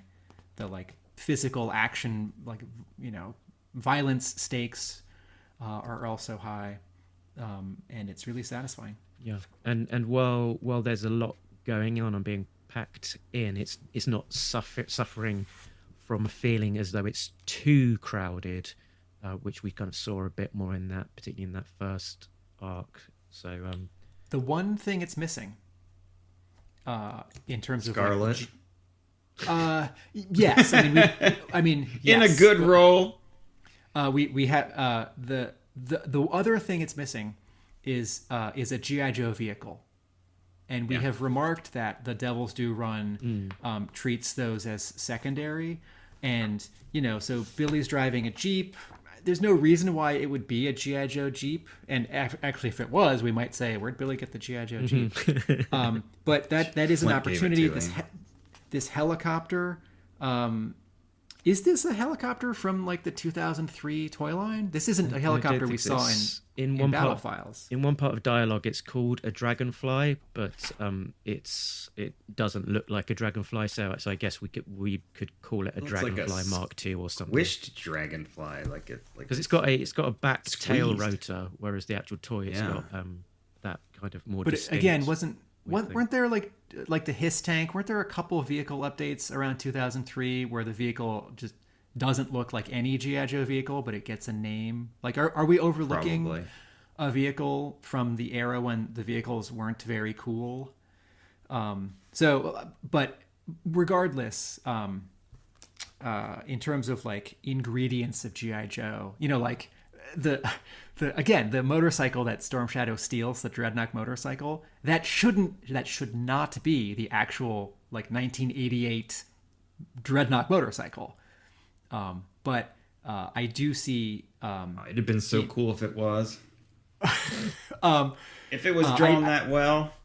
That's true. But I do see in this comic, we have many elements of GI Joe, and one key one is not here. And I wouldn't mind in future issues a little more attention paid to the vehicles. Mm-hmm.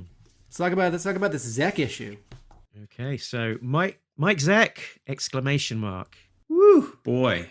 On interiors, 2 exclamation marks. Exciting to see.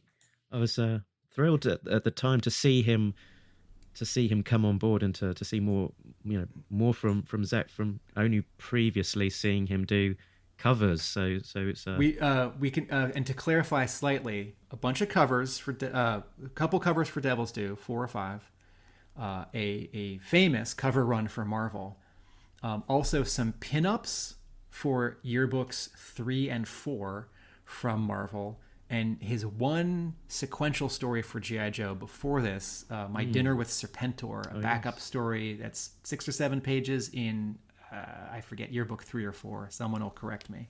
This issue is actually quite unusual because Mike Zeck is closely identified with G.I. Joe, but not this G.I. Joe, not Devil's Due, and not interiors, right? I bet most people would sort of have forgotten, and half the time I do too, that he did do one backup story for a yearbook. So, like his interiors are affiliated with Shang-Chi, Master of Kung Fu, and like late 70s, early 80s at Marvel, and then his Captain America run in the 80s, and then his Punisher miniseries, which he didn't get to finish because Marvel changed their mind about the scheduling.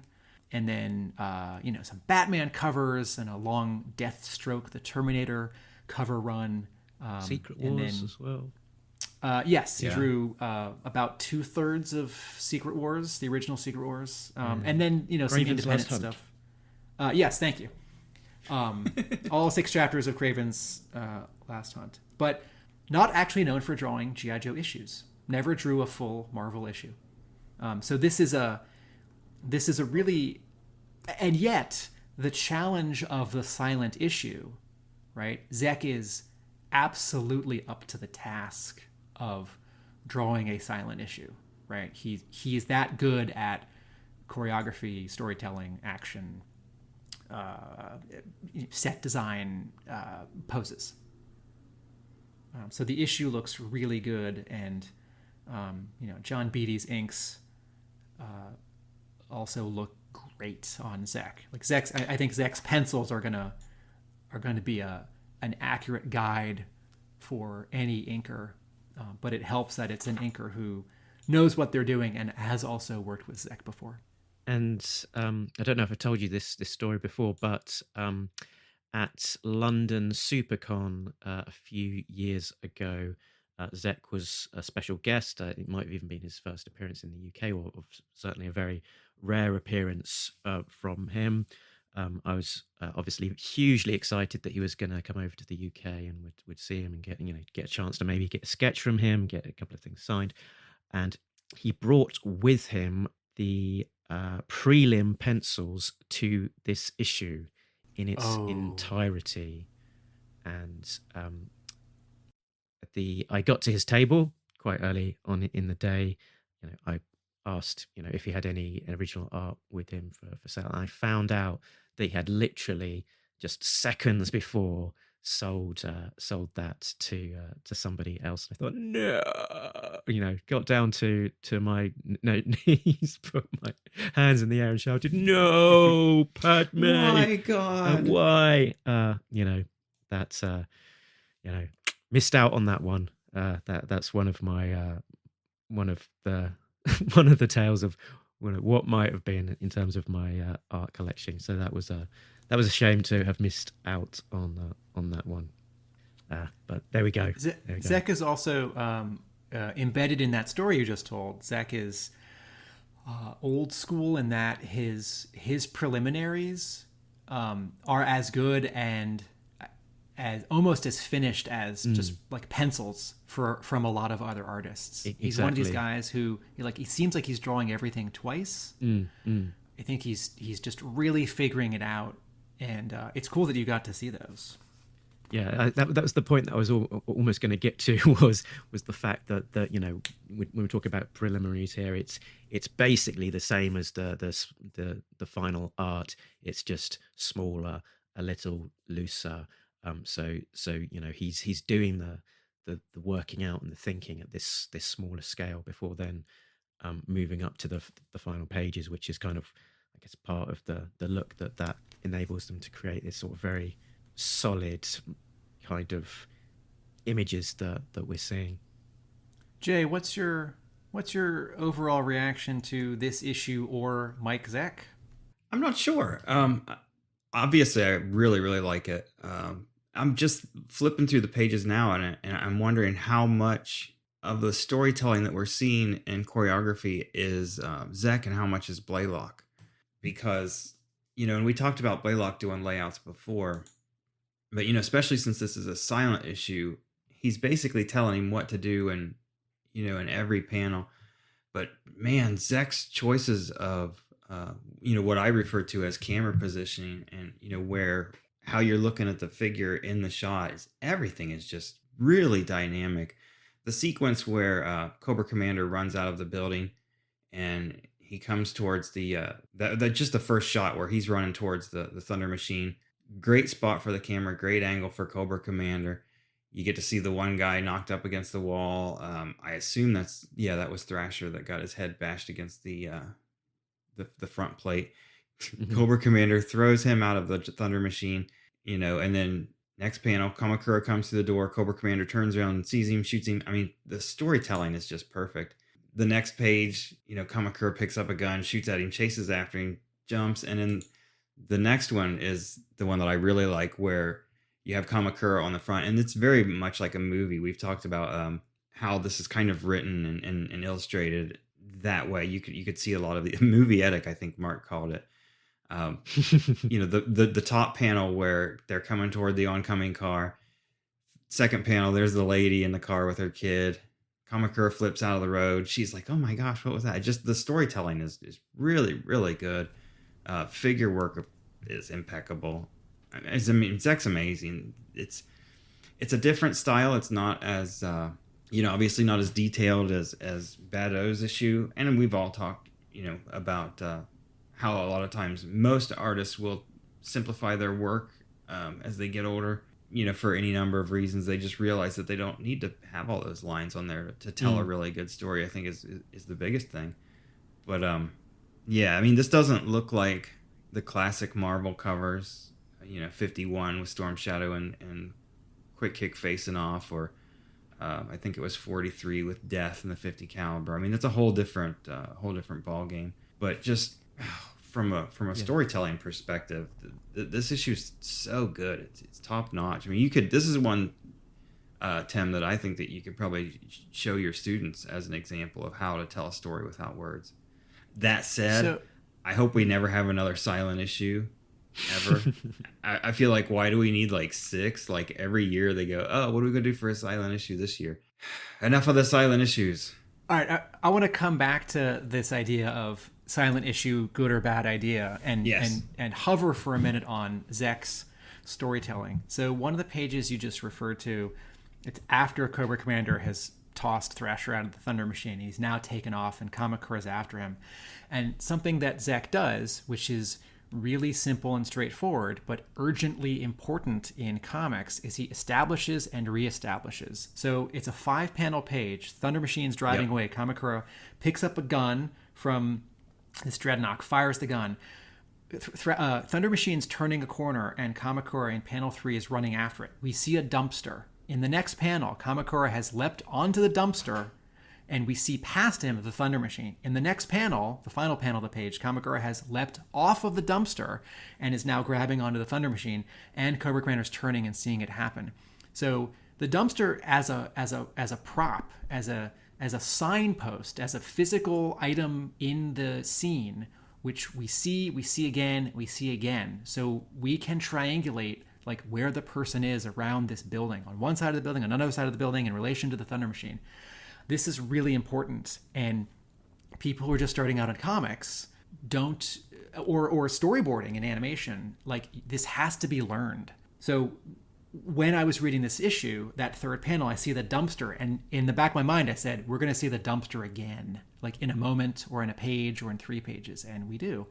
Another thing that Zek is doing all throughout this issue, which is, old school and masterful, is he is usually keeping his camera low and pointing it up slightly. And this is something that doesn't really happen in the previous issue.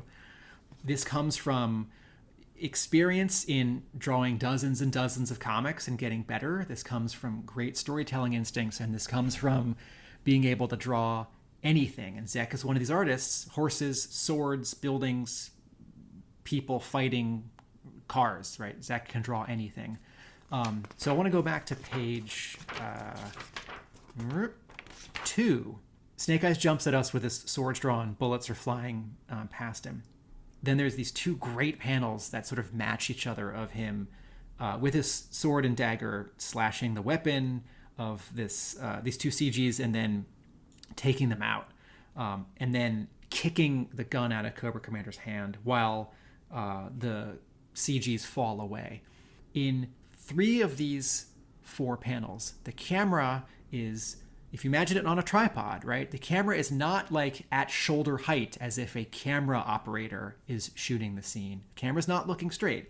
The camera is at like 4 feet or 3 feet, and it's angled slightly up. And this is something that we see in the G.I. Joe cartoon and in the X-Men cartoon and the Batman cartoon.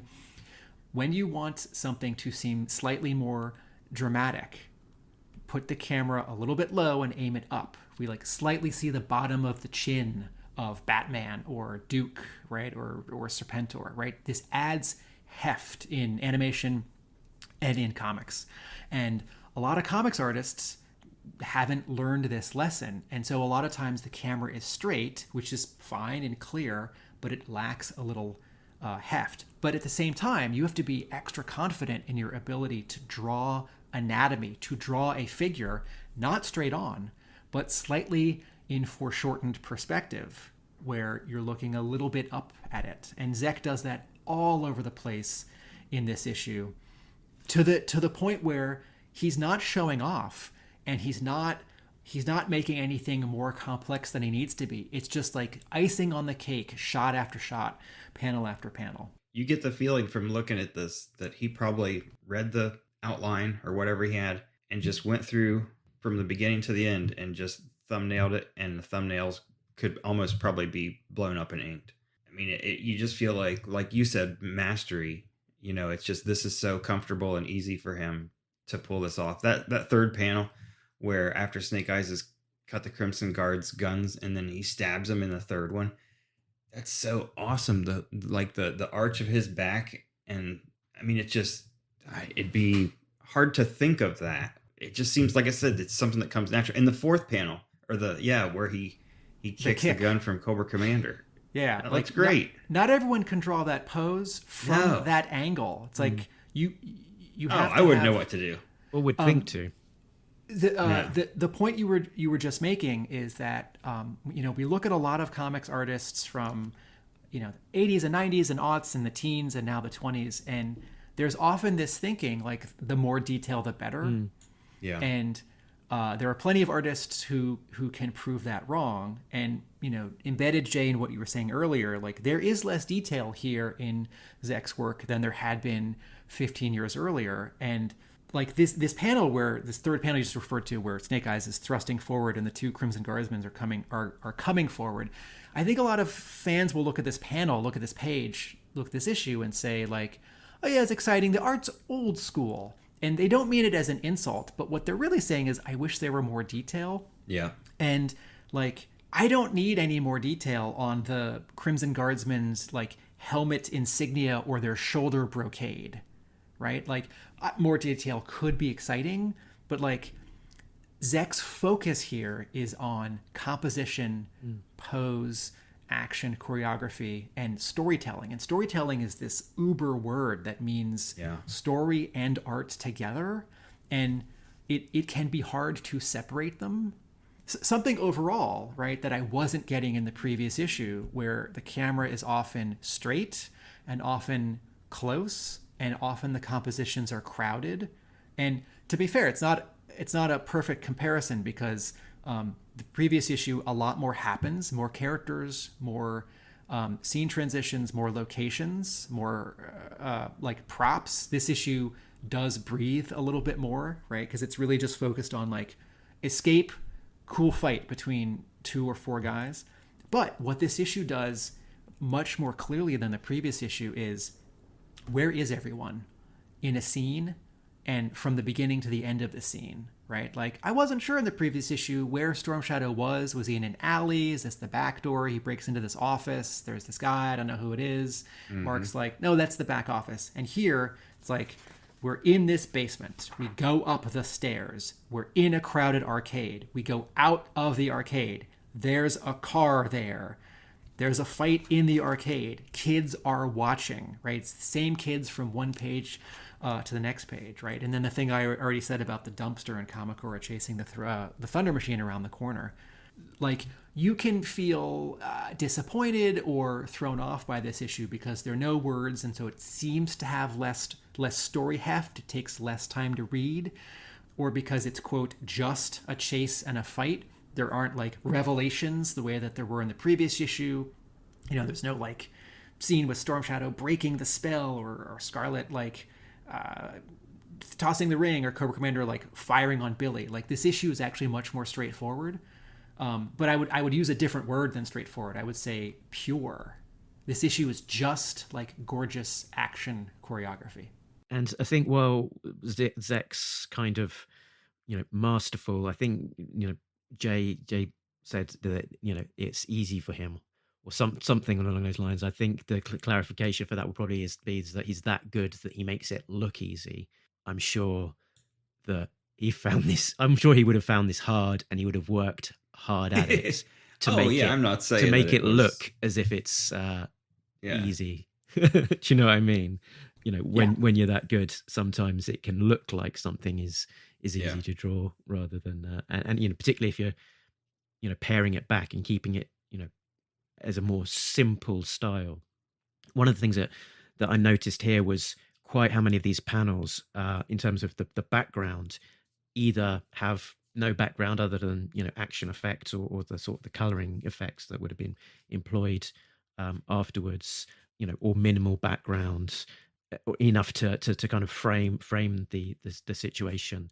And I had in mind partly as well our conversation last week with Nitho Diaz, who is much more focused on cramming in the details into the backgrounds, into the panels, that as a contrast between styles. Not that I'm going to say one is necessarily right or wrong. It's you can dial one up to the extremes of including loads and loads of detail, or you can pare it back, in as we're seeing in most of this issue, to there literally being no background or a hint of a background, or enough to give us a sense of place.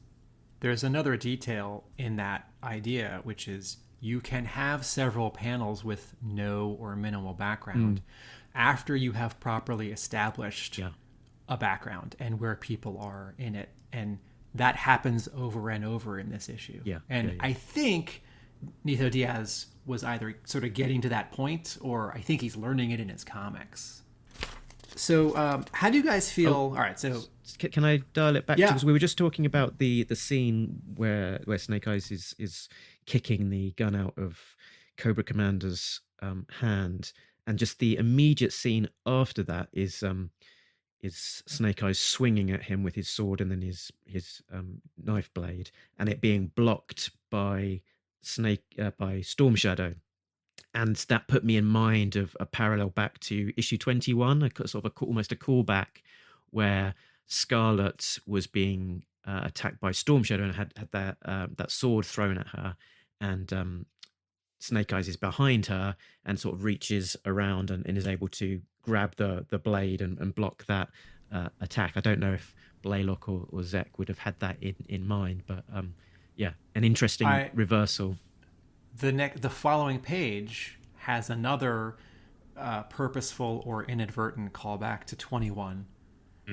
So Storm Shadow and Cobra Commander go up a staircase, and then there's this doorway, and there's a ninja in the doorway, right? It's Kamakura, and now you've got 4 guys fighting on this staircase with this doorway. And issue 21 is very much about this staircase, right, with the jail cell like at the bottom of it, and then a doorway at the top. And then later in that issue, there's a second doorway which is shaped differently, right? And like the red ninjas show up.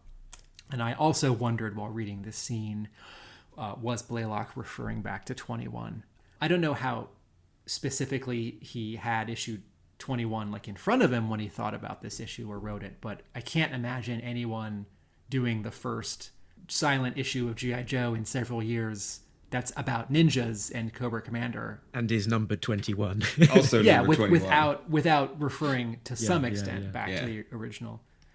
So I wanted to ask you guys, so we've talked about the art and the storytelling. How do you feel about the story? Just going to ask you about that. Did Storm Shadow, then did he did his programming kick back in? Is that what you were going to ask? Because I wasn't 100% sure whether, like, Snake Eyes was trying to do the Arashikage mindset on him, and he gets interrupted by the Dreadnoks, and then he's getting ready to do it the second time, and he sees Cobra Commander and Kamakura outside, and I think he stops himself in the middle of doing it. And is that why did Storm Shadow's mind control kick back in, or is this Storm Shadow just making a heel turn because, I don't know, he's still got some misplaced loyalty to Cobra Commander? Because he's a dick. Yeah. No, it's a good... What do you think? It's a good question. It's a good question, Jay. So I think, what's happened at the very beginning of the issue, in previous issues, Storm Shadow was breaking free. He was struggling with it. He was... and collapsing, like, etc. I'm free. Yeah, so he was in part free, but he was still struggling and in some mental and physical anguish as a result. We're opening up the issue. He's got the headband on and he's being reprogrammed, and that, I guess, really kicks in with him, blocking that strike from Snake Eyes in front of Cobra Commander. So he's that brainwashing has kicked in, and he is he is protecting Cobra Commander and fighting Snake Eyes. There's that beat where Storm Shadow is then knocked over, and Snake Eyes is able to resume his Arashikage mindset, with his finger triangles that he's forming, and he's able to begin breaking that brainwashing again, but is interrupted by a bonk on the head from the Dreadnoks, which means that he's not quite completed it. But Storm Shadow is coming up from the ground. He's able to punch out one of the Dreadnoks and protect Snake Eyes. He's holding his head. He's still obviously not fully there. He's struggling. And then as Snake Eyes is attacking Storm Shadow, he comes in and rescues him. And the thought, the dynamic between them isn't as before. They're not jumping in the air and swords exploding, which kind of leaves you into some doubt quite what is happening with Storm Shadow at the very end. And it was a point that confused me as to, has he broken free? And if so, why is he protecting Storm Shadow? It doesn't completely make clear sense to me. I don't know if either of you two felt any differently about that very last scene as to why. Well, I was trying to figure that out in the plot breakdown, how to word that. I was like, well, they just kind of stopped fighting, and I'm not sure if it's like, I almost wanted to use the phrase like mutual respect. I'm like, but that's not, that doesn't seem to be enough, for what these two have. It's deeper than that. But yeah, it's like, is Storm Shadow just blocking that shot at the very top of the page? because it looks almost like that's all he's doing. Like he's just blocking it. Like I feel like he's saying, Snake Eyes, don't kill him. Not necessarily saying don't kill Cobra Commander, just don't kill. You know? And Snake Eyes is like, fine. I am in agreement with the two of you that I don't know how to read this final scene and Storm Shadow's status. To that extent, I find the end of this issue unsatisfying. And then I ask myself, is this my own deficiency? Am I not smart enough to like suss out? It's like, no. Like I've read G.I. Joe comics. I understand how characters in fiction work. Like I should be able to infer, or there's something that Blaylock and Zek are doing here that I'm not picking up on. And I think it's possible that this is left for a later issue, that it's not quite a cliffhanger, but it's left unresolved, so that we'll have to come back to it. I think it's possible that this is not at all in the story. Like we don't see this, but I sort of wondered if like the moment is like, oh, we're like starting a fire and a fight just on a busy street, and maybe we need to back off. I don't know why Cobra Commander would. I mean, again, like there's no page where like Storm Shadow and Snake Eyes will stop and look at like terrorized pedestrians on the sidewalk. In fact, the pedestrians drop out of the scene once we're sort of more clear of the arcade, right? We the final 1, 2, 3, 3.5 pages, right? We just drop out the bystanders. So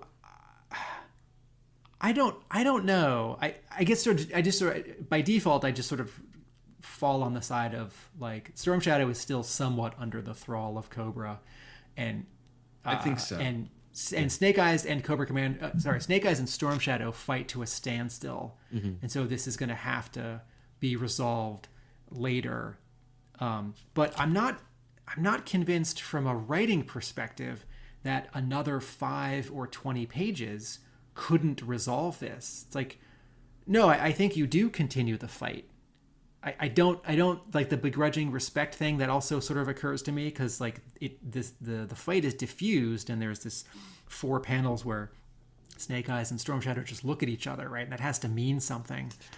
Like I think about I can't recall when it's happened in the comic, but it's happened in an episode of the cartoon. It happens in the Games Master, where at the end Joe and Cobra have to team up to stop someone else, and at the end they have, and now it's time for them to go their separate ways. And it's like, well, we're gonna go our separate ways. Oh, it also happens in The Greatest Evil, a later Deke episode, right, where Joe and Cobra team up to stop a bad guy together, and then they have to go. That's like, you've earned my begrudging respect, and there will be no fighting today, and they go their separate ways. And that's sort of what I'm seeing here. I think in terms of story separate from art and storytelling, this issue is a letdown for 2 reasons. One, it can't compete with how much story is in issue 20. And it's possible that Blaylock overcompensated 20, knowing that 21 would need a lot more breathing room. 2, and this is the biggie, this 21, it doesn't compare well to the original 21. This is a good issue. The art is great. The original 21 is like important. Like it was exciting and revelatory then. Like, what are these tattoos, right? Like that's the first appearance of Storm Shadow, which I think people sometimes forget. Like, oh, the silent issue. Like, no, who's this badass ninja? And like, wait, they have a connection. But also since then, right, and I use the L word sparingly, the legend of Silent Interlude has only grown. Like, everyone talks about it. Like, people who know comics but like don't care about G.I. Joe, or like who know the name Larry Hama, but it's like, oh yeah, he was a writer, right? It's like they know of the silent issue, and certainly it's a money thing that IDW did a hardcover just of Silent Interlude, but also like it's important enough that it can carry that. Jay seems to be hinting that like we don't need silent issues anymore because Jay, I'll let you finish that thought. I think the reason to be careful about silent issues is that if they are trying to do what 21 did, the original 21, they're probably going to fall short. And so they need to do something different, which is why I like issue 85 SFX, right? It does something different, and the stakes are different, like a completely different setting, and it does have some wording in it, not dialogue. I haven't reread the Silent Story in Yearbook 3, but I remember loving it. So, and then we can look ahead to like future Silent issues if we wanted to do that kind of comparison, because there have been a couple since then. So Jay, what's your hesitation with like no more Silent issues? I just feel like they're overdone at this point. And I think you mean like it's a gimmick? Yeah, and during the Robert Atkins interview that Mark did a couple months ago, or not sure when it was 3 or 4 months ago probably. They talked about how 275 was the I think it was a double-sized splash page, all splash Silent issue, and I remember Chief and Mark talked about it when they also reviewed the issue. They're like, the thing about the original Silent issue was Snake Eyes was breaking into a castle to rescue Scarlett. Everything had to be stealthy and quiet. 275 had a lot of explosions, gunfire, yelling. So it doesn't make sense for it to be a Silent issue. Same with this one. There's all kinds of gunfire, explosions, fire. I mean, I don't think, looking through this, I don't think that it needs a lot of words, and probably it might not need any, but it just seems like too much of a gimmick. It's too much of it's just a gimmick to me anymore. I mean, what made 21 special was that it was spontaneous thing. I mean, it wasn't intended to be a Silent issue. 3 months before publication, it was something that had to be done out of necessity, and it was done.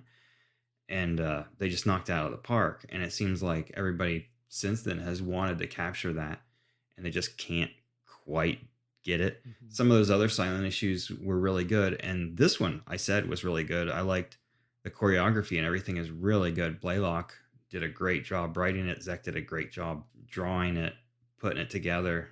But I just don't feel like it needed to be a Silent issue.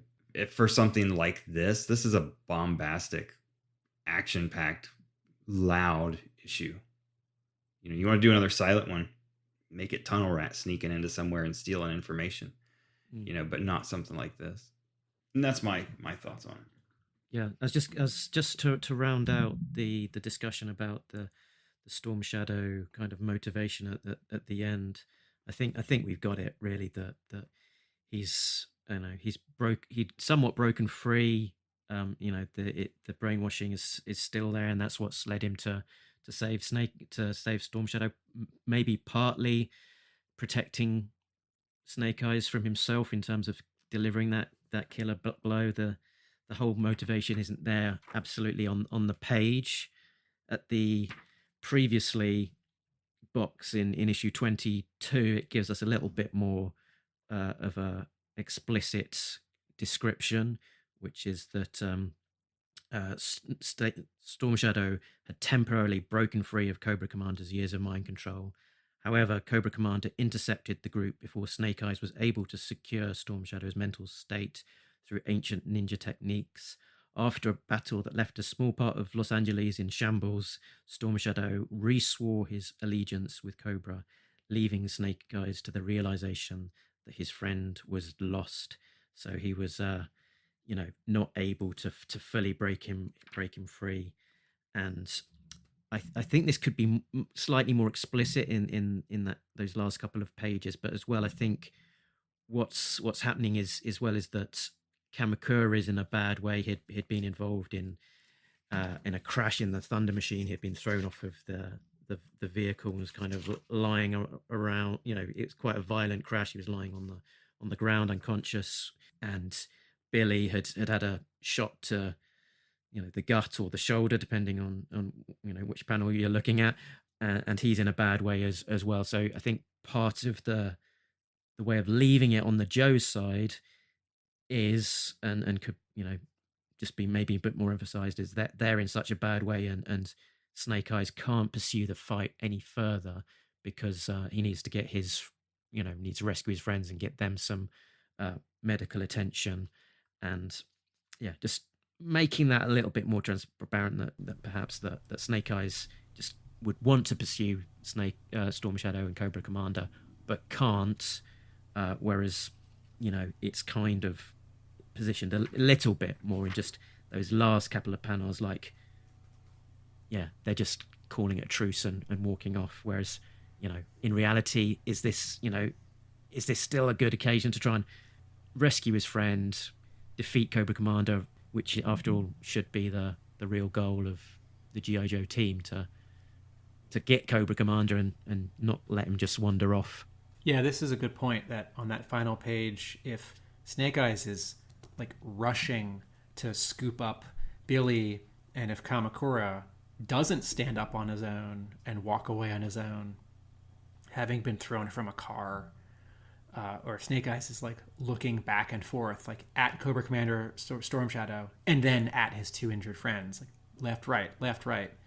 The urgency would be clearer.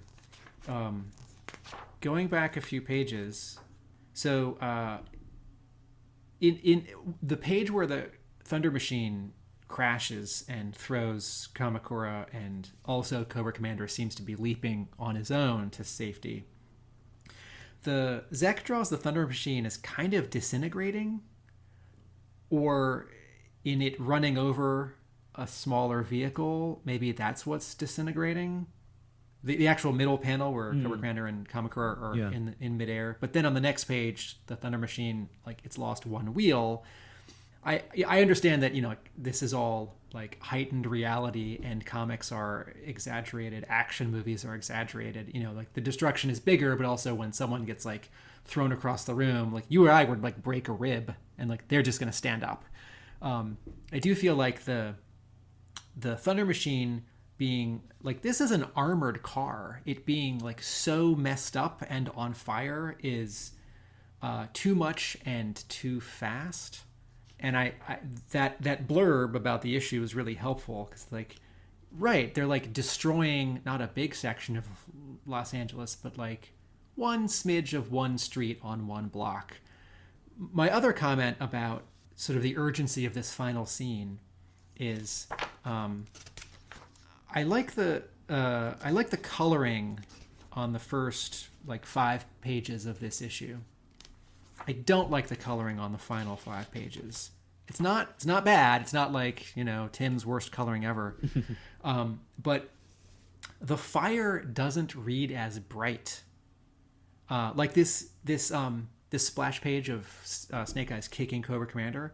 If you scanned this and you opened it up in Photoshop and you turned it to grayscale, you took out all the color and it was just like value 1 to 10, white, gray, black. This is all in the middle. There's not a lot of bright or dark. I know there's black in the inking, but considering that I'll oversimplify this. Since I like old school coloring in comics, I like my fire to be yellow, not like murky orange, not murky orange. And this scene where they're fighting, there's no sense of highlights. Whether it's like old school, like just yellow, like that Zek cover that I sort of colored after we did the second story arc for this podcast, or like modern, like the final page of the previous issue, right, where it isn't fire, it's like one like fluorescent light and one Japanese lantern in the ceiling, right? Like it's like there's no sense of like Snake Eyes is stepping over fire to get to Cobra Commander, having jumped from a vehicle. And so some of the drama is lost in this final scene for the coloring being so, compared to the early pages of the issue, it looks unfinished or rushed. If the whole issue had looked like this, it would just feel like a stylistic choice. Like, we're just going to ease off on the color. I'll tell you what, Snake Eyes was preparing to chop Cobra Commander's head off, I think. He looks like he's in serious Jason Voorhees mode in that one page. Cobra Commander's getting up off the ground. Snake Eyes pulls his knife out, and he's like, this is it. I'm ending this. And then, bam, here comes Storm Shadow's sword. Yeah, I think Mark made that point a minute earlier about like G.I. Joe's goal should be to take out Cobra Commander, not necessarily like let him go. It doesn't sort of follow the rules of loyalty, camaraderie, like GI Joe as like stories for kids, but like yes, absolutely. If you can chop off Cobra Commander's head and then like your friend bleeds out, and your like apprentice who's like also a Joe gets killed, it's like we've lost more Joes for less. Mm-hmm. Yeah. So like no, I don't actually think there should be a story, as much as I want to see it, where someone or Snake Eyes actually kills Cobra Commander. And what is it, issue 97, 98, where Snake Eyes gets to the top of the Cobra consulate building and puts a dagger up to Cobra Commander's neck. Right? Cobra Commander's like, everyone back off, everyone back off. And I have to remind myself of that scene every time, years later, Cobra Commander is particularly wary of Snake Eyes, because more than any other Joe, Snake Eyes has now on more than one occasion come really close to ending Cobra Commander, even if he doesn't always say it, or there's not always a footnote to remind us. Like I said, just imagine. Snake Eyes doesn't talk. Jason Voorhees doesn't talk. Snake Eyes is just stalking him. He's like, I am getting this horny teenager right now. I'm going to talk about Mike Zeck's art for a second. There's something that he does more in his later art and less. It's like we're not really seeing it in like, his Punisher portfolio and, issue 1 of the Punisher back from like 85, 86. Zeck is slightly cartooning here, and you can see it in the like faces of these other Dreadnoks. Like this panel where Snake Eyes is like elbowing the Dreadnok with the sunglasses and the mustache and the like short orange hair. Like that mouth, it's a left page on the bottom of the page, still in the arcade. And then the next page, when Snake Eyes is looking past the 4 kids out the window, seeing Kamakura on the Thunder Machine, like we see 2 kids who are like facing the camera, and they have what you might call like they're drawn simply with not a lot of detail. That is true. It's not fully accurate. What Zeck is doing is he's cartooning. He's exaggerating their faces a little bit, like slightly bigger eyes, slightly bigger cartoony mouths. And this is something that sometimes doesn't feel like it fits with sort of a more like crisp, quote, realistic Mike Zeck style, or like doesn't feel like it fits in the world of G.I. Joe. But there's such a variety of artists, and like scene to scene artists will exaggerate one thing more than another. So I really like this, and I see a version of it in those like most intense Punisher pages, like issue 1 of Punisher #1, or the like Punisher portfolio that Zeck did at the time, where like Frank Castle's eyebrows, like he's frowning so much, and it's like his eyebrows are like 10% bigger and more exaggerated, and his eyes are like 5% smaller than normal, and his chin is like when Zeck draws Captain America, like big chin, big chest, Zeck is slightly cartooning. And I don't think we chalk it up to that word, because it's like, oh, he's a superhero, he's exaggerated, but like when this mom in the car, the scene that Jay pointed to with the kid in the passenger seat like playing with 2 toys, which is, by the way, a cute bit where there are these two parallels, these 2 echoes, where in the arcade, one of the video games is called Ninja Attack, right? During a ninja attack, Snake Eyes and Storm Shadow in front of it, and then a couple pages later, like ninja getting thrown off a car, and it's about to hit a car, and in the passenger seat is a kid playing with 2 ninjas, right? Like I like that because it's not overdone. But that mom has like a cartooned face, even though it's like not detailed at all when she's gasping as she swerves out of the way. There was something as well, talking about Zeck's style here, which sort of I noticed is the actual look of Snake Eyes' face, and specifically his visor, that Zeck, I think, drawing Snake Eyes as a solo illustration, and certainly you'll see it from like any of his recent commissions or sketches of Snake Eyes, is he will draw that visor looking quite different, and a lot of detail in the lighting of the visor, the kind of the effects that you see in terms of the whites and the blacks reflecting in the shape of it.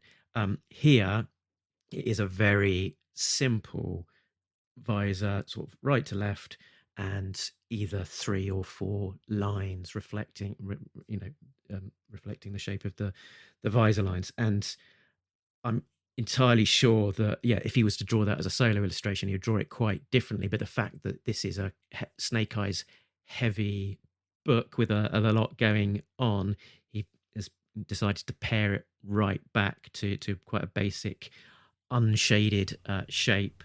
And given that he's going to be drawing it across 22 or so pages, appearing several times on each page, make his life a little bit more straightforward, and I guess the page itself looking less busy. Zek is also drawing a rounded Snake Eyes visor, which is not the same thing as the cover to issue 53, where it's more triangular. There's like a left side and a right side. And I do prefer the more triangular one. But again, man, whole issue of Zek, I'll take it. I wanted to hop back to one other color thing, like page 5 or 6 or 7, where Snake Eyes and Storm Shadow have jumped up in the air and slashed at each other, each and it with looks their like swords. A giant explosion. Yeah, and it looks like their swords are on fire, and like a grenade or like dynamite exploded between them. And this is one of those cases where I feel like a colorist is either not getting the script and sort of just coloring like kind of what they see without coloring what this shot actually calls for, or exaggerating because color is exciting and I'm going to make color exciting. So in terms of exaggerating the moment, like all those kids down there, they're actually illuminated as if it's like an explosion of a grenade or dynamite, or as if somehow slashing 2 swords against each other could make so many sparks that for a moment they're all illuminated from above. I think you can do some of that, but like this really just wants to be a flat yellow burst, and the swords shouldn't look like they're on fire. They can look like, they're sparks having. Yeah. We can borrow some of those sparks from the bottom of every G.I. Joe Rise of Cobra movie poster. This little orange glints. Anyway, I wonder what was on the page here pre-color as to what was being interpreted. Also, the ceiling, like this shot looks like it's outside. Yeah, like that looks like a weird, like angry storm cloud nighttime sky. And Zek and Beatty didn't draw like a grid for a ceiling or like lights. And I think this is one of those cases where it's up to the colorist to do less, not more. It's like, all right, I'm just going to make this ceiling like dark gray or middle gray because like these like clouds that are behind Storm Shadow and Snake Eyes. It's like, no. That's not, don't draw focus away from the like awesome pose of them slashing each other and the actual burst. And the burst shouldn't be a bigger deal than it is. And yet it is.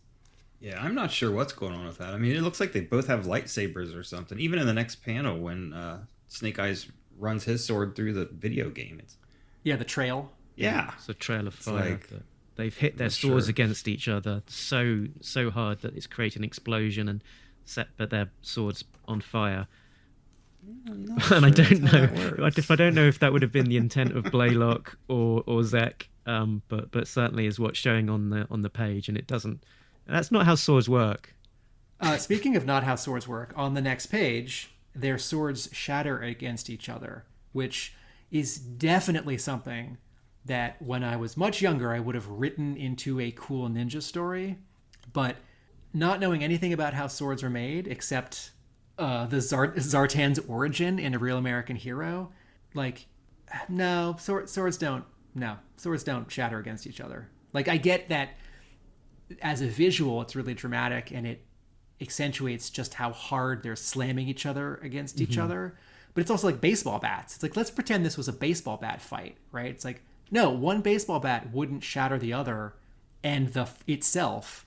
And that's just wood. Like, these are tempered steel, right? And again, Zartan's origin with making a very, very fancy sword. So cool. But that's like cool with a K and an exclamation mark.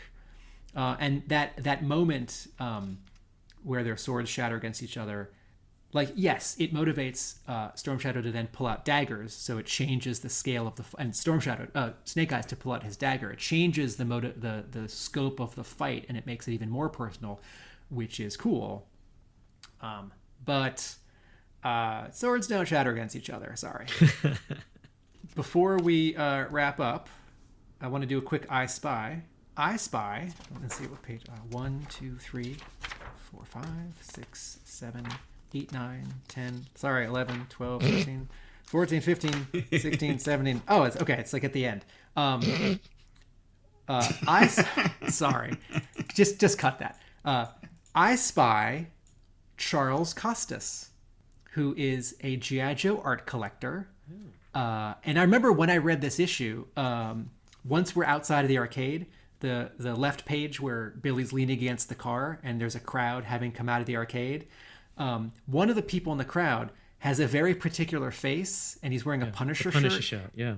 And it doesn't look like how Zek draws random people in a crowd. And I remember thinking, I don't know who this is, but this is someone. This is like... That's funny. This is like Zek's friend or something.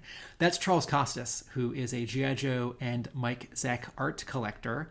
The arcade has been named after him. You can't see it on this page, but in a previous page, the name is on the sign. Yeah, Costas Corners Arcade. And I believe Costas owns all the art to this issue. Or some of it.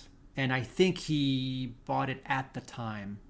And he had been buying Zek art for a long time before that. Yeah. He did a very interesting interview with Felix Art, which is worth a listen. I believe he was buying covers direct from Mike Zek at the time for about $50 a piece. Wow. Yeah, like in the 80s, right? Exactly, as they were coming out. Yeah. Yeah. Well, since I own a Zek cover, I can tell you it was not $50. I like that one that you've got. You have the one from the Lady J issue, right? Yeah, on the motorcycle in the back. Yeah, I was looking at that one recently, and just, man, the shading and everything on her, like on her shirt when how she's turned and the angle that she's turned in is really nice. Really, the sense great of cover. Menace. Mm-hmm. Any wrap up thoughts from the two of you? Yeah, I had an I Spy as well. So I Spy Dreadnok Burnout, who is the Dreadnok, who is the one who doesn't have a knuckle duster around his neck. He's the black guy with the dreads. That's right. I was going to ask you guys if that was the character. I had seen a toy called Shadow Tracker or something like that, and I thought that might have been him. No. Is this when have we seen Burnout before? I think this is his first appearance in the comics. He was released as part of the Spy Troop era in 2003, carded in a 2-pack with Chief Torpedo. Oh, cool. Hey, Storm Shadow first appearance, silent issue, Marvel 21, and everyone's seventh favorite Dreadnok, Burnout. Seventh favorite. First appearance, Devil's Due, silent issue. So there is another historical parallel. There you go. I like his costume, and I like him as a Dreadnok. I'm always hesitant on like later additions to a team. Like I don't love Zanya at all. Mm-hmm. I'm always hesitant to like later additions to the Dreadnoks because the original lineup, even though it got pretty big, is so iconic. But I do think Burnout's a cool design. Shall we move on to Yo Joage and capture our final thoughts there? Yeah. Yes. Okay. I'll go first. I'm not going first for a right bit. I'll do the two issues together, which seems a bit unfair, but given how different the two issues are, but we're looking at them together as a single arc. I enjoyed both of them for different reasons. I was very impressed by Badeau's art. I thought it looked great. I was very impressed by Mike Zek's issue. Very different sort of style of art, but very impressive. I was somewhat disappointed by a couple of the story beats. I didn't like the Scarlett tantrum, and I didn't quite like that final page and the resolution and understanding Storm Shadow's motivations. So that was the kind of the two letdown areas. But aside from that, I enjoyed it an awful lot. Probably my favorite of the Devil's Due run so far. I will give it a let's go 7.5, maybe even 8. 7.5. Who wants to go next? Tim, why not you? Same. 7 or 8. I try not to give halves because I feel like that's just sort of overcomplicating it. I think on a generous day, this is an 8 because, like, what a coup to get Zek to do a whole issue. Badeau's art and the coloring in that issue, so much action. On a less, if I'm focusing on the deficiencies, a 7. So 7 or 8. Ironic with this ending that we're not quite sure on, that doesn't offer a lot of closure, considering that the story arc is called Closure. Jay? Well, that drops at a point right there. Man, I really like this one. I keep leaning towards what am I going to give it? What am I going to give it? I don't want to go a 9 because I think that's probably just a little too high yet. I got to go higher than Tim, though. I got to say 8.5. This 2-issue arc was probably my favorite that we've read so far. Man, that first issue. I would love to have, like, even if he only did it twice a year, maybe 4 times a year would be great. If we could remember the prestige format books like Mojo Mayhem, if we could get Badeau to do a G.I. Joe, 1 or 2 times a year that's this good, I'd be willing to pay $5.95 for that for sure. I mean, just the artwork is fantastic and really, really did a lot for me as far as that first part was so strong. And you had a lot of really great story beats too. Cobra Commander shooting Billy. Just the story flowed really well. Worked really well for me. Yeah, really high. I'm going 8.5.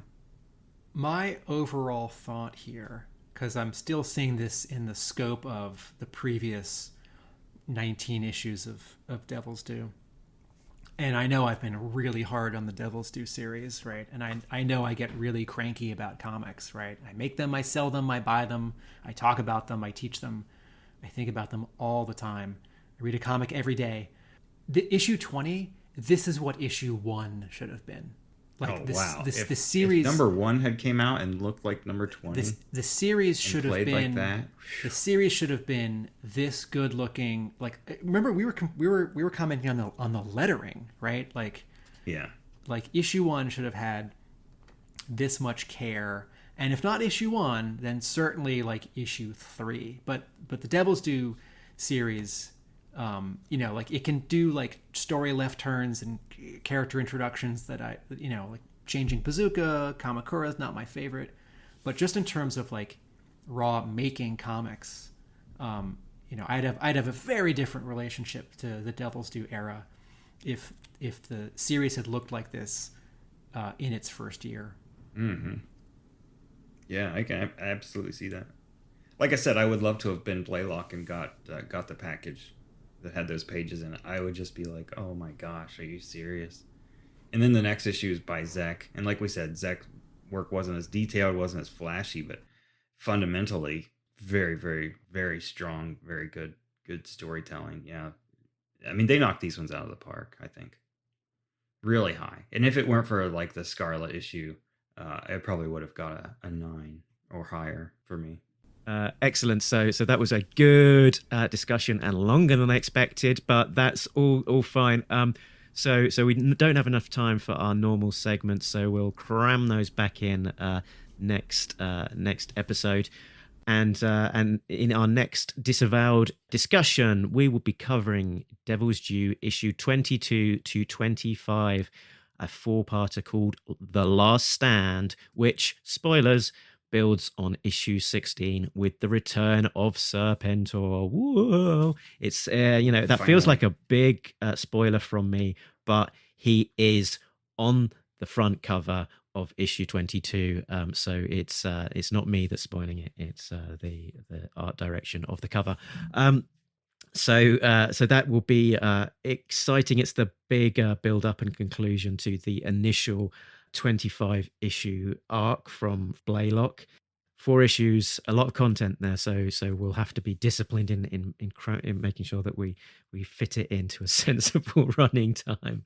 I don't know. I'll set an egg timer. Give myself 3 minutes to talk about this issue or that scene, 2 minutes for that one. And list of criticisms. Yeah, time allotted. Yeah, sometimes it's the inverse, and when so much happens, it's easier to kind of gloss over the detail of it and sort of just talk about the sweeps. But anyway, Over back on the regular show, we'll continue to cover the latest ARAH issues as they come out. So that's the continuation of the murder by assassination arc from Larry Hama with art from Andrew Griffiths. And watch out for any bonus shows like the sketchbook shows that we have as well. So, guys, where can people find you? Jay, if they want to see some of your doodling, where would they look? Break Room Sketches on Facebook. Excellent. And Tim, I imagine that you've got a website tucked away somewhere that you don't like to talk about. ARealAmericanBook.com. Excellent. Keeping up to date with regular, fascinating blog posts there, as well as the archive that stretches back many years. And you can find us in the usual places. talkingjoe.co.uk is the website that has links to all of those places that include Facebook, Twitter, Instagram, and contact details. We are also on Patreon. A big thanks to all of our backers, Richard, Sam, Jay, Bill, Christopher, and Justin, who are all getting early access to episodes as well as exclusive content. And that leaves us to just say that when all is said and done, you can catch us down the road. Because we've been Talking Joe. And we're all out of Joes. Laters. You guys don't want to go to 3 hours?